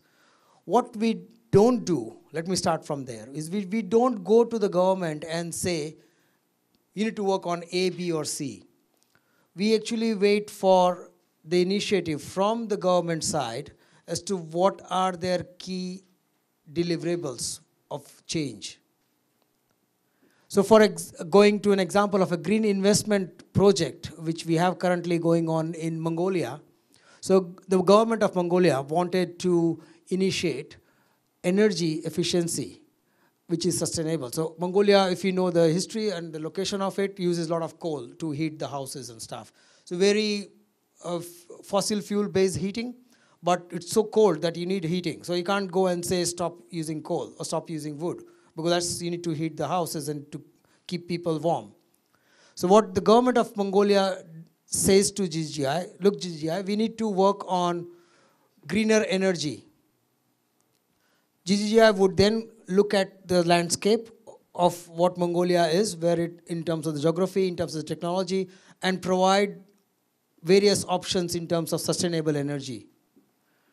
Once that's done, we would develop with the government counterpart a proposal of how we can move from where we are at, which is a lot of coal and a lot of wood, to something else. And that something else, again, is based on the government initiatives, government priorities. We would help them identify if there is water and there is a river and there is hydro, then we will say, is hydroelectricity a way to go?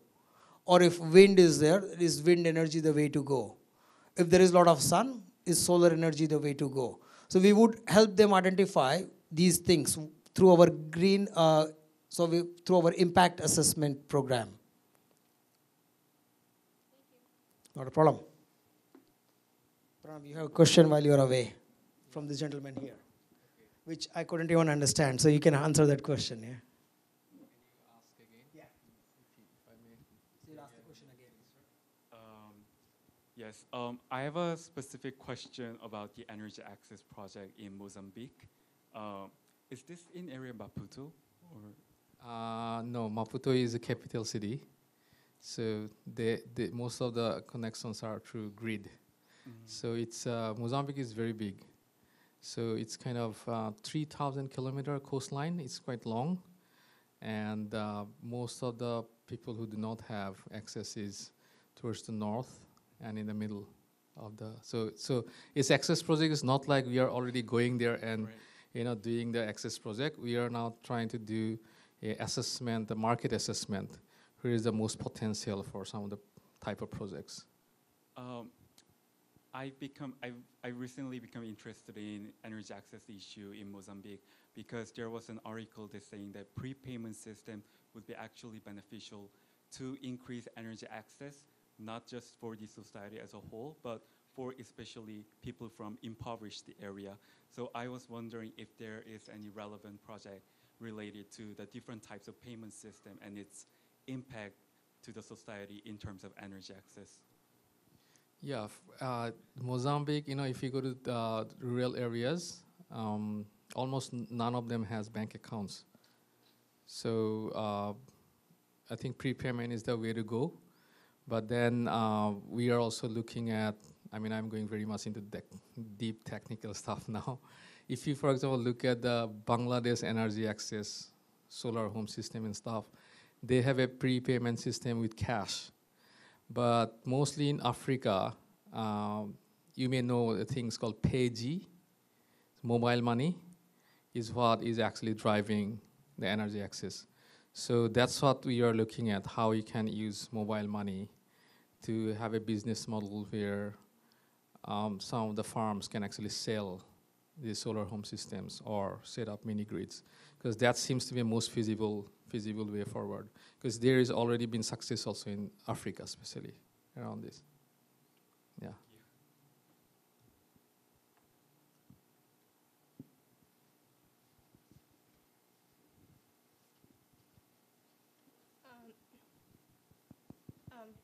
This is Sia.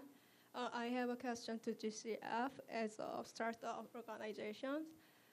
Since COP21, the carbon market mechanism is becoming very important to mitigate, for INDC. So for GCF, is there any potential possibility to become a carbon financial institute under the UNFCCC?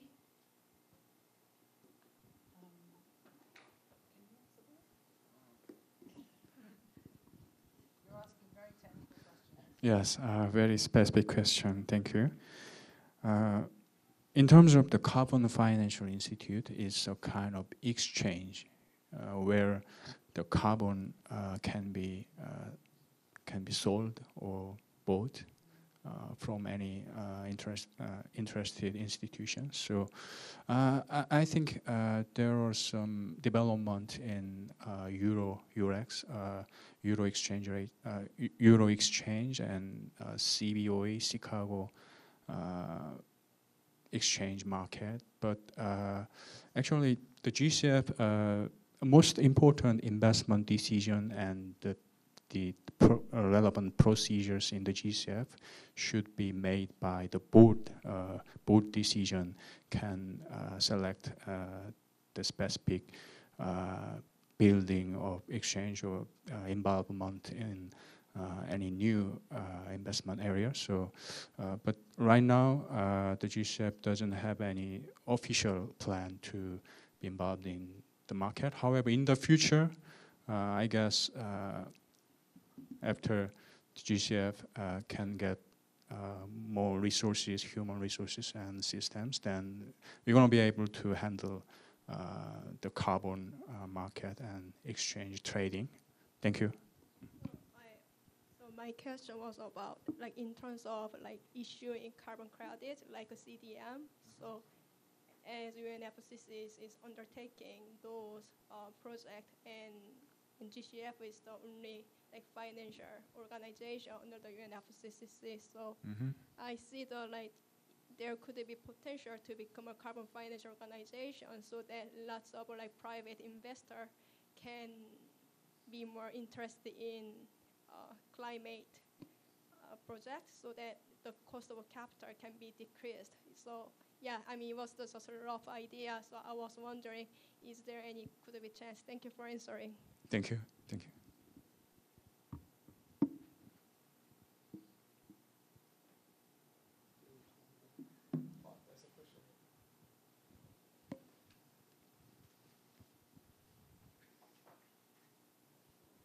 Thank you. It's really hard to reach the microphone. My question is that I just want to know that what is that both organizations plan to recruit the junior levels or some manager levels, and also how do you find the how do you find from the other department what kind of person in need, and what is the process before the recruitment? How do you communicate with other departments to recruit the person? Okay, that's my question. Thanks for your question. So the process before we launch recruitment, well, that's really what we call workforce planning.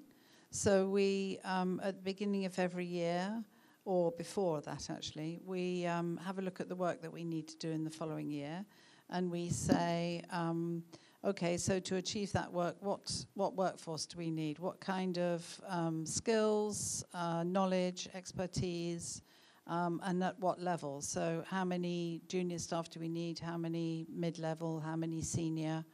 And particularly because we're developing the organization, we design the structure. So we We have a structure at the moment which we've been using for this year, but for the next year, because we're hiring another 110 staff, the structure is expanding and growing bigger. So according to the work that we need to do, we're adding pieces on to the structure. So for example, we're adding in a section on communications, outreach and partnerships, a section called External Affairs. And so really that's how we decide which vacancies we'll launch. And then once we've agreed that, we'll launch the vacancies, but in a controlled way, because we can't recruit 110 people on the 1st of January. So it'll go on throughout the year. So GGGI, we do little differently, or probably overall similarly. What we do is we have a biennium. So we do planning for 2 years. So our funding is for 2 years. So currently we are running from 17-18 funding. So at the start of the year, so in 16, we would now start it for 19-20 soon. Yeah. So we would start asking each country representatives to provide a plan for the next 2 years, meaning 17 and 18. So that would be based on their consultation with the government. So they would discuss with the government what are the NDCs, what are the priorities, how are they going to meet those priorities. So from the country offices, we will collect all the requirements for the plans. And the plans requirement would also have a resource requirement in there. So I need to deliver an energy project in going back to Mongolia. So that requires a staff with skills at energy engineering level, masters or PhD, that's one. Or do we require people to support that project? So that would give us an indication of two things, the skills required, the levels of skill required, and we classify those roles into our own terminology. We call all our roles X roles. So we have X women, X men, X supermen. We have everybody who starts with an X. So every grade in GGI starts with an X. Starts from X1 to X13. So we have 13 levels of grades. So we would classify that skill and say what level of this X is required. So let's say it's an X8 requirement. We would then look at whether it's an international role or a national role requirement. Does this role require experience from more than one country, or does it does require experience in Mongolia? So if it is just Mongolia, it becomes a national position. So it's a national position in Mongolia at an X8 level. And we have a dollar value for that. So we have a dollar value, so we'll know how much is cost, what are the inputs required in there. We'll collect all these from each of the country offices and come up with this overall picture. For 17-18, we came up with this number of 265. So in those days, GGI was 150 people organization. So between 1st of January 2017 till now, 17th of November 2017, we have recruited 85 professionals. So in 11 months, we have recruited 85 people. So it's quite a big recruitment numbers. But with that, all the planning is already done before we come into the year. So we know exactly how many grades, how many positions, what skills, what are the dollar values, because that's our funding proposal. So it's already been known to all of us. Based on that, we do the planning for the new year. So this is about the planned positions. But we also get unplanned positions, meaning we have a project proposal to be developed, or we have a funding which comes and asks us to do a particular piece of work. So each of those proposals which come during the biennium would have its own plan, a project plan, which will have a requirement of the resource, and based on that we will do the recruitment. Typically for the projects which come in between, there will be shorter term of contracts, meaning less than 3 years contracts. It will be 1 year contract or 2 year contracts. But the ones which are already for the biennium, they would have 3 years and normally a staff contract for 3 years. So that's how we do recruitment. Thank you so much. Not a problem.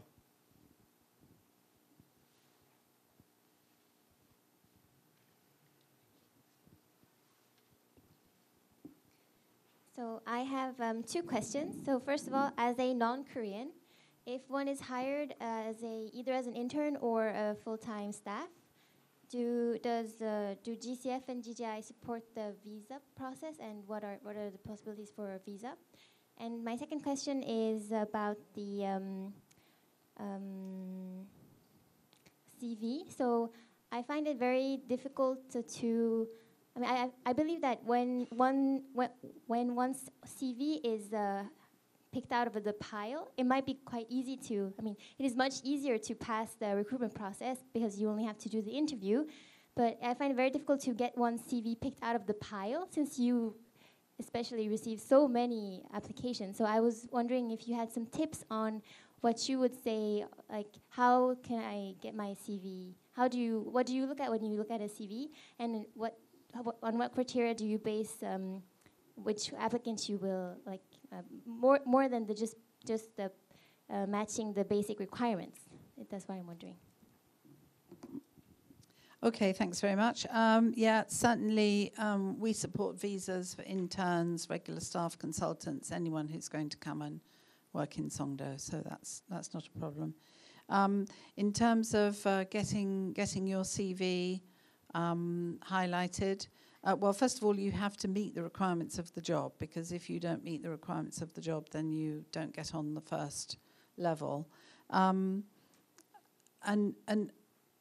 I think it's important to say that it is competition, and sometimes there's nothing you can do about it if you're not the winner, because the winner will be somebody who's got more relevant experience, longer experience, better qualifications than you. So that's just the way it is, and so you shouldn't feel sorry or upset if you don't get the job. However, having said that, you should do everything you can to get the job. And I think one of the things that Nirmal and I have both mentioned is networking. And it definitely is an advantage. It won't get you the job. You have to get the job on your skills, your competence. But it's definitely an advantage if you can in some way find a connection to somebody who is involved in that work in the organization. And you can do that by LinkedIn, you can do that by talking to friends, you can do that by coming to things like this career fair, and just trying to highlight yourself. And it works, doesn't it, Nirmal? Yeah. Yep, exactly what Amanda said, networking. And I will repeat what I said previously, is cross-networking. So don't just network within your networks. The ones who would give you more opportunities is the ones who are outside your network, the ones which you don't know. So it's not just your colleagues, your classmates, it's the ones who are not your colleagues and not your classmates. Yeah. Key thing I look for in the CV, or we look for in the CV, is person's motivation or passion which comes out towards green growth. So that's not just words, you need to be showing it in what you have done towards it. So have you done a project towards that? Have you done some work towards that? Or how are you demonstrating that you are committed to the purpose of the organization? And that's key for any organization. Yeah. So how can you relate your CV with what the organization does? And it's not just words again. I don't like when people describe that I'm committed, developed, and motivated and passionate towards green growth. That doesn't mean anything. You need to demonstrate it through your actions, what you have done, what projects you have done, what activities you have done, what have you done in that direction. Okay, maybe I'll add my 2 cents there. So in GGGI, normally when HR get the CV, they will give kind of access. Of course, HR has one layer of, like selecting some of the, like a, how can I say, a pool of candidates, and then they will pass on to the hiring manager. And normally the hiring manager will, pass on to 2 or 3 guys who are actually involved in the selection process. So it's a combined kind of effort to select the final pool of candidates that will be interviewed. And normally, for example, when I am hiring manager or when I am in that pool, I look at the CVs, not really at the cover letters first. Because I see that a lot of people actually focus on the cover letters, and it takes a lot of time, actually, I know that, to write the cover letters. I'm not saying that don't focus on the cover letters, but make sure that you highlight the areas that are relevant to the job in your CV, and really highlight them. And especially if you have those experiences closer to your recent position or recent degree, then it's even better. And I think from GCF side also it was mentioned, if you do not have the requirements in terms of the number of years like that, it's not likely that it will go to the interviewing stage. So look at those requirements. If they are saying 10 years experience, I think it's very unlikely that if you have 4 years, you'll go to the next stage. But sometimes if you have 10 years experience and you have 8 years there, but you have some relevant degrees, it's possible that we will shortlist you for the interview. Actually, we really are quite generous in giving the chance. There are cases where candidates didn't have really I'll say, very relevant experience, but we see he was really good. And we interviewed him, and then we pass it on to another division who we think may benefit from interviewing him. And there are cases where we interview one or two person, and we thought that he's really good, but this is not really the job he's fit for. We will then pass into another, position that is already online, and we'll put it in the pool. And that way, people were actually hired in the past. There are examples where they applied for one position, and they were hired from higher roles in another position. There are examples like that. It's quite fair. So I think I'll actually highlight that really be succinct in the CV. Don't write 5-page CV. 2 pages, if you have less than, I think, 5 years experience is enough, actually. And like Nirmal mentioned, highlight what you achieved in terms of your responsibilities, and then what is your achievement. And cover letter, it's good to explain there what is your motivation, because after we actually shortlist, we may go to the cover letter during the interview, but people don't have a lot of time. So I think people focus on CV and try to find out what that person can do or cannot do actually in the interview most of the time. An interview will not be like only one interview, it will be several rounds, so there are a lot of chance for, I'll say, the hiring panel to know what you have. So yes, I think that would be my 2 cents. Let me just say, I agree with you. When I'm looking at applications, I go straight to the jobs the person's held and the organizations they've worked in. However, our executive director only reads the motivation letters. So watch out. Yeah, just make sure they're both really good. Since we are running out of time, we will just receive one more question. So the lady in the back.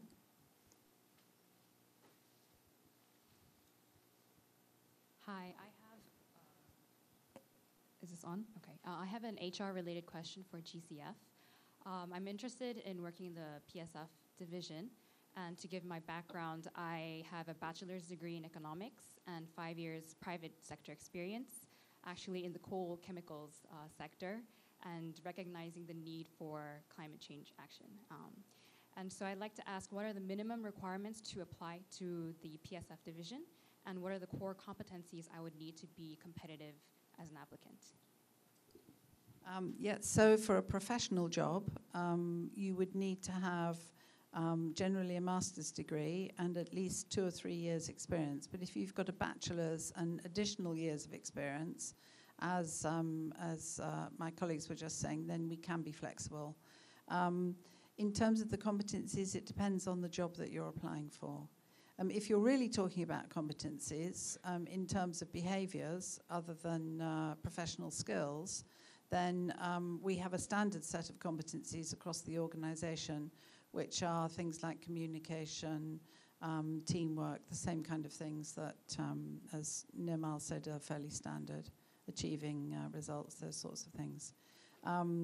But you'll see that on every vacancy notice, there's a different, slightly different set of competencies, and definitely the requirements for the job will be different for every job. So you would need to have a look at the vacancy notice. Thank you, Amanda. Okay, because it's 5 o'clock already, we will finish up the question and answer session. So let's give a big hand for all speakers for their informative presentations and career advice. We will now end the group session, but before you go, please note that the career booths are still open until 6 o'clock. GGGI and ICRC are selecting the interns, so please visit the booths if you are interested in internship opportunities. Thank you for your attentive participation and hope to see you again in the International Career Fair 2018 next year. Thank you.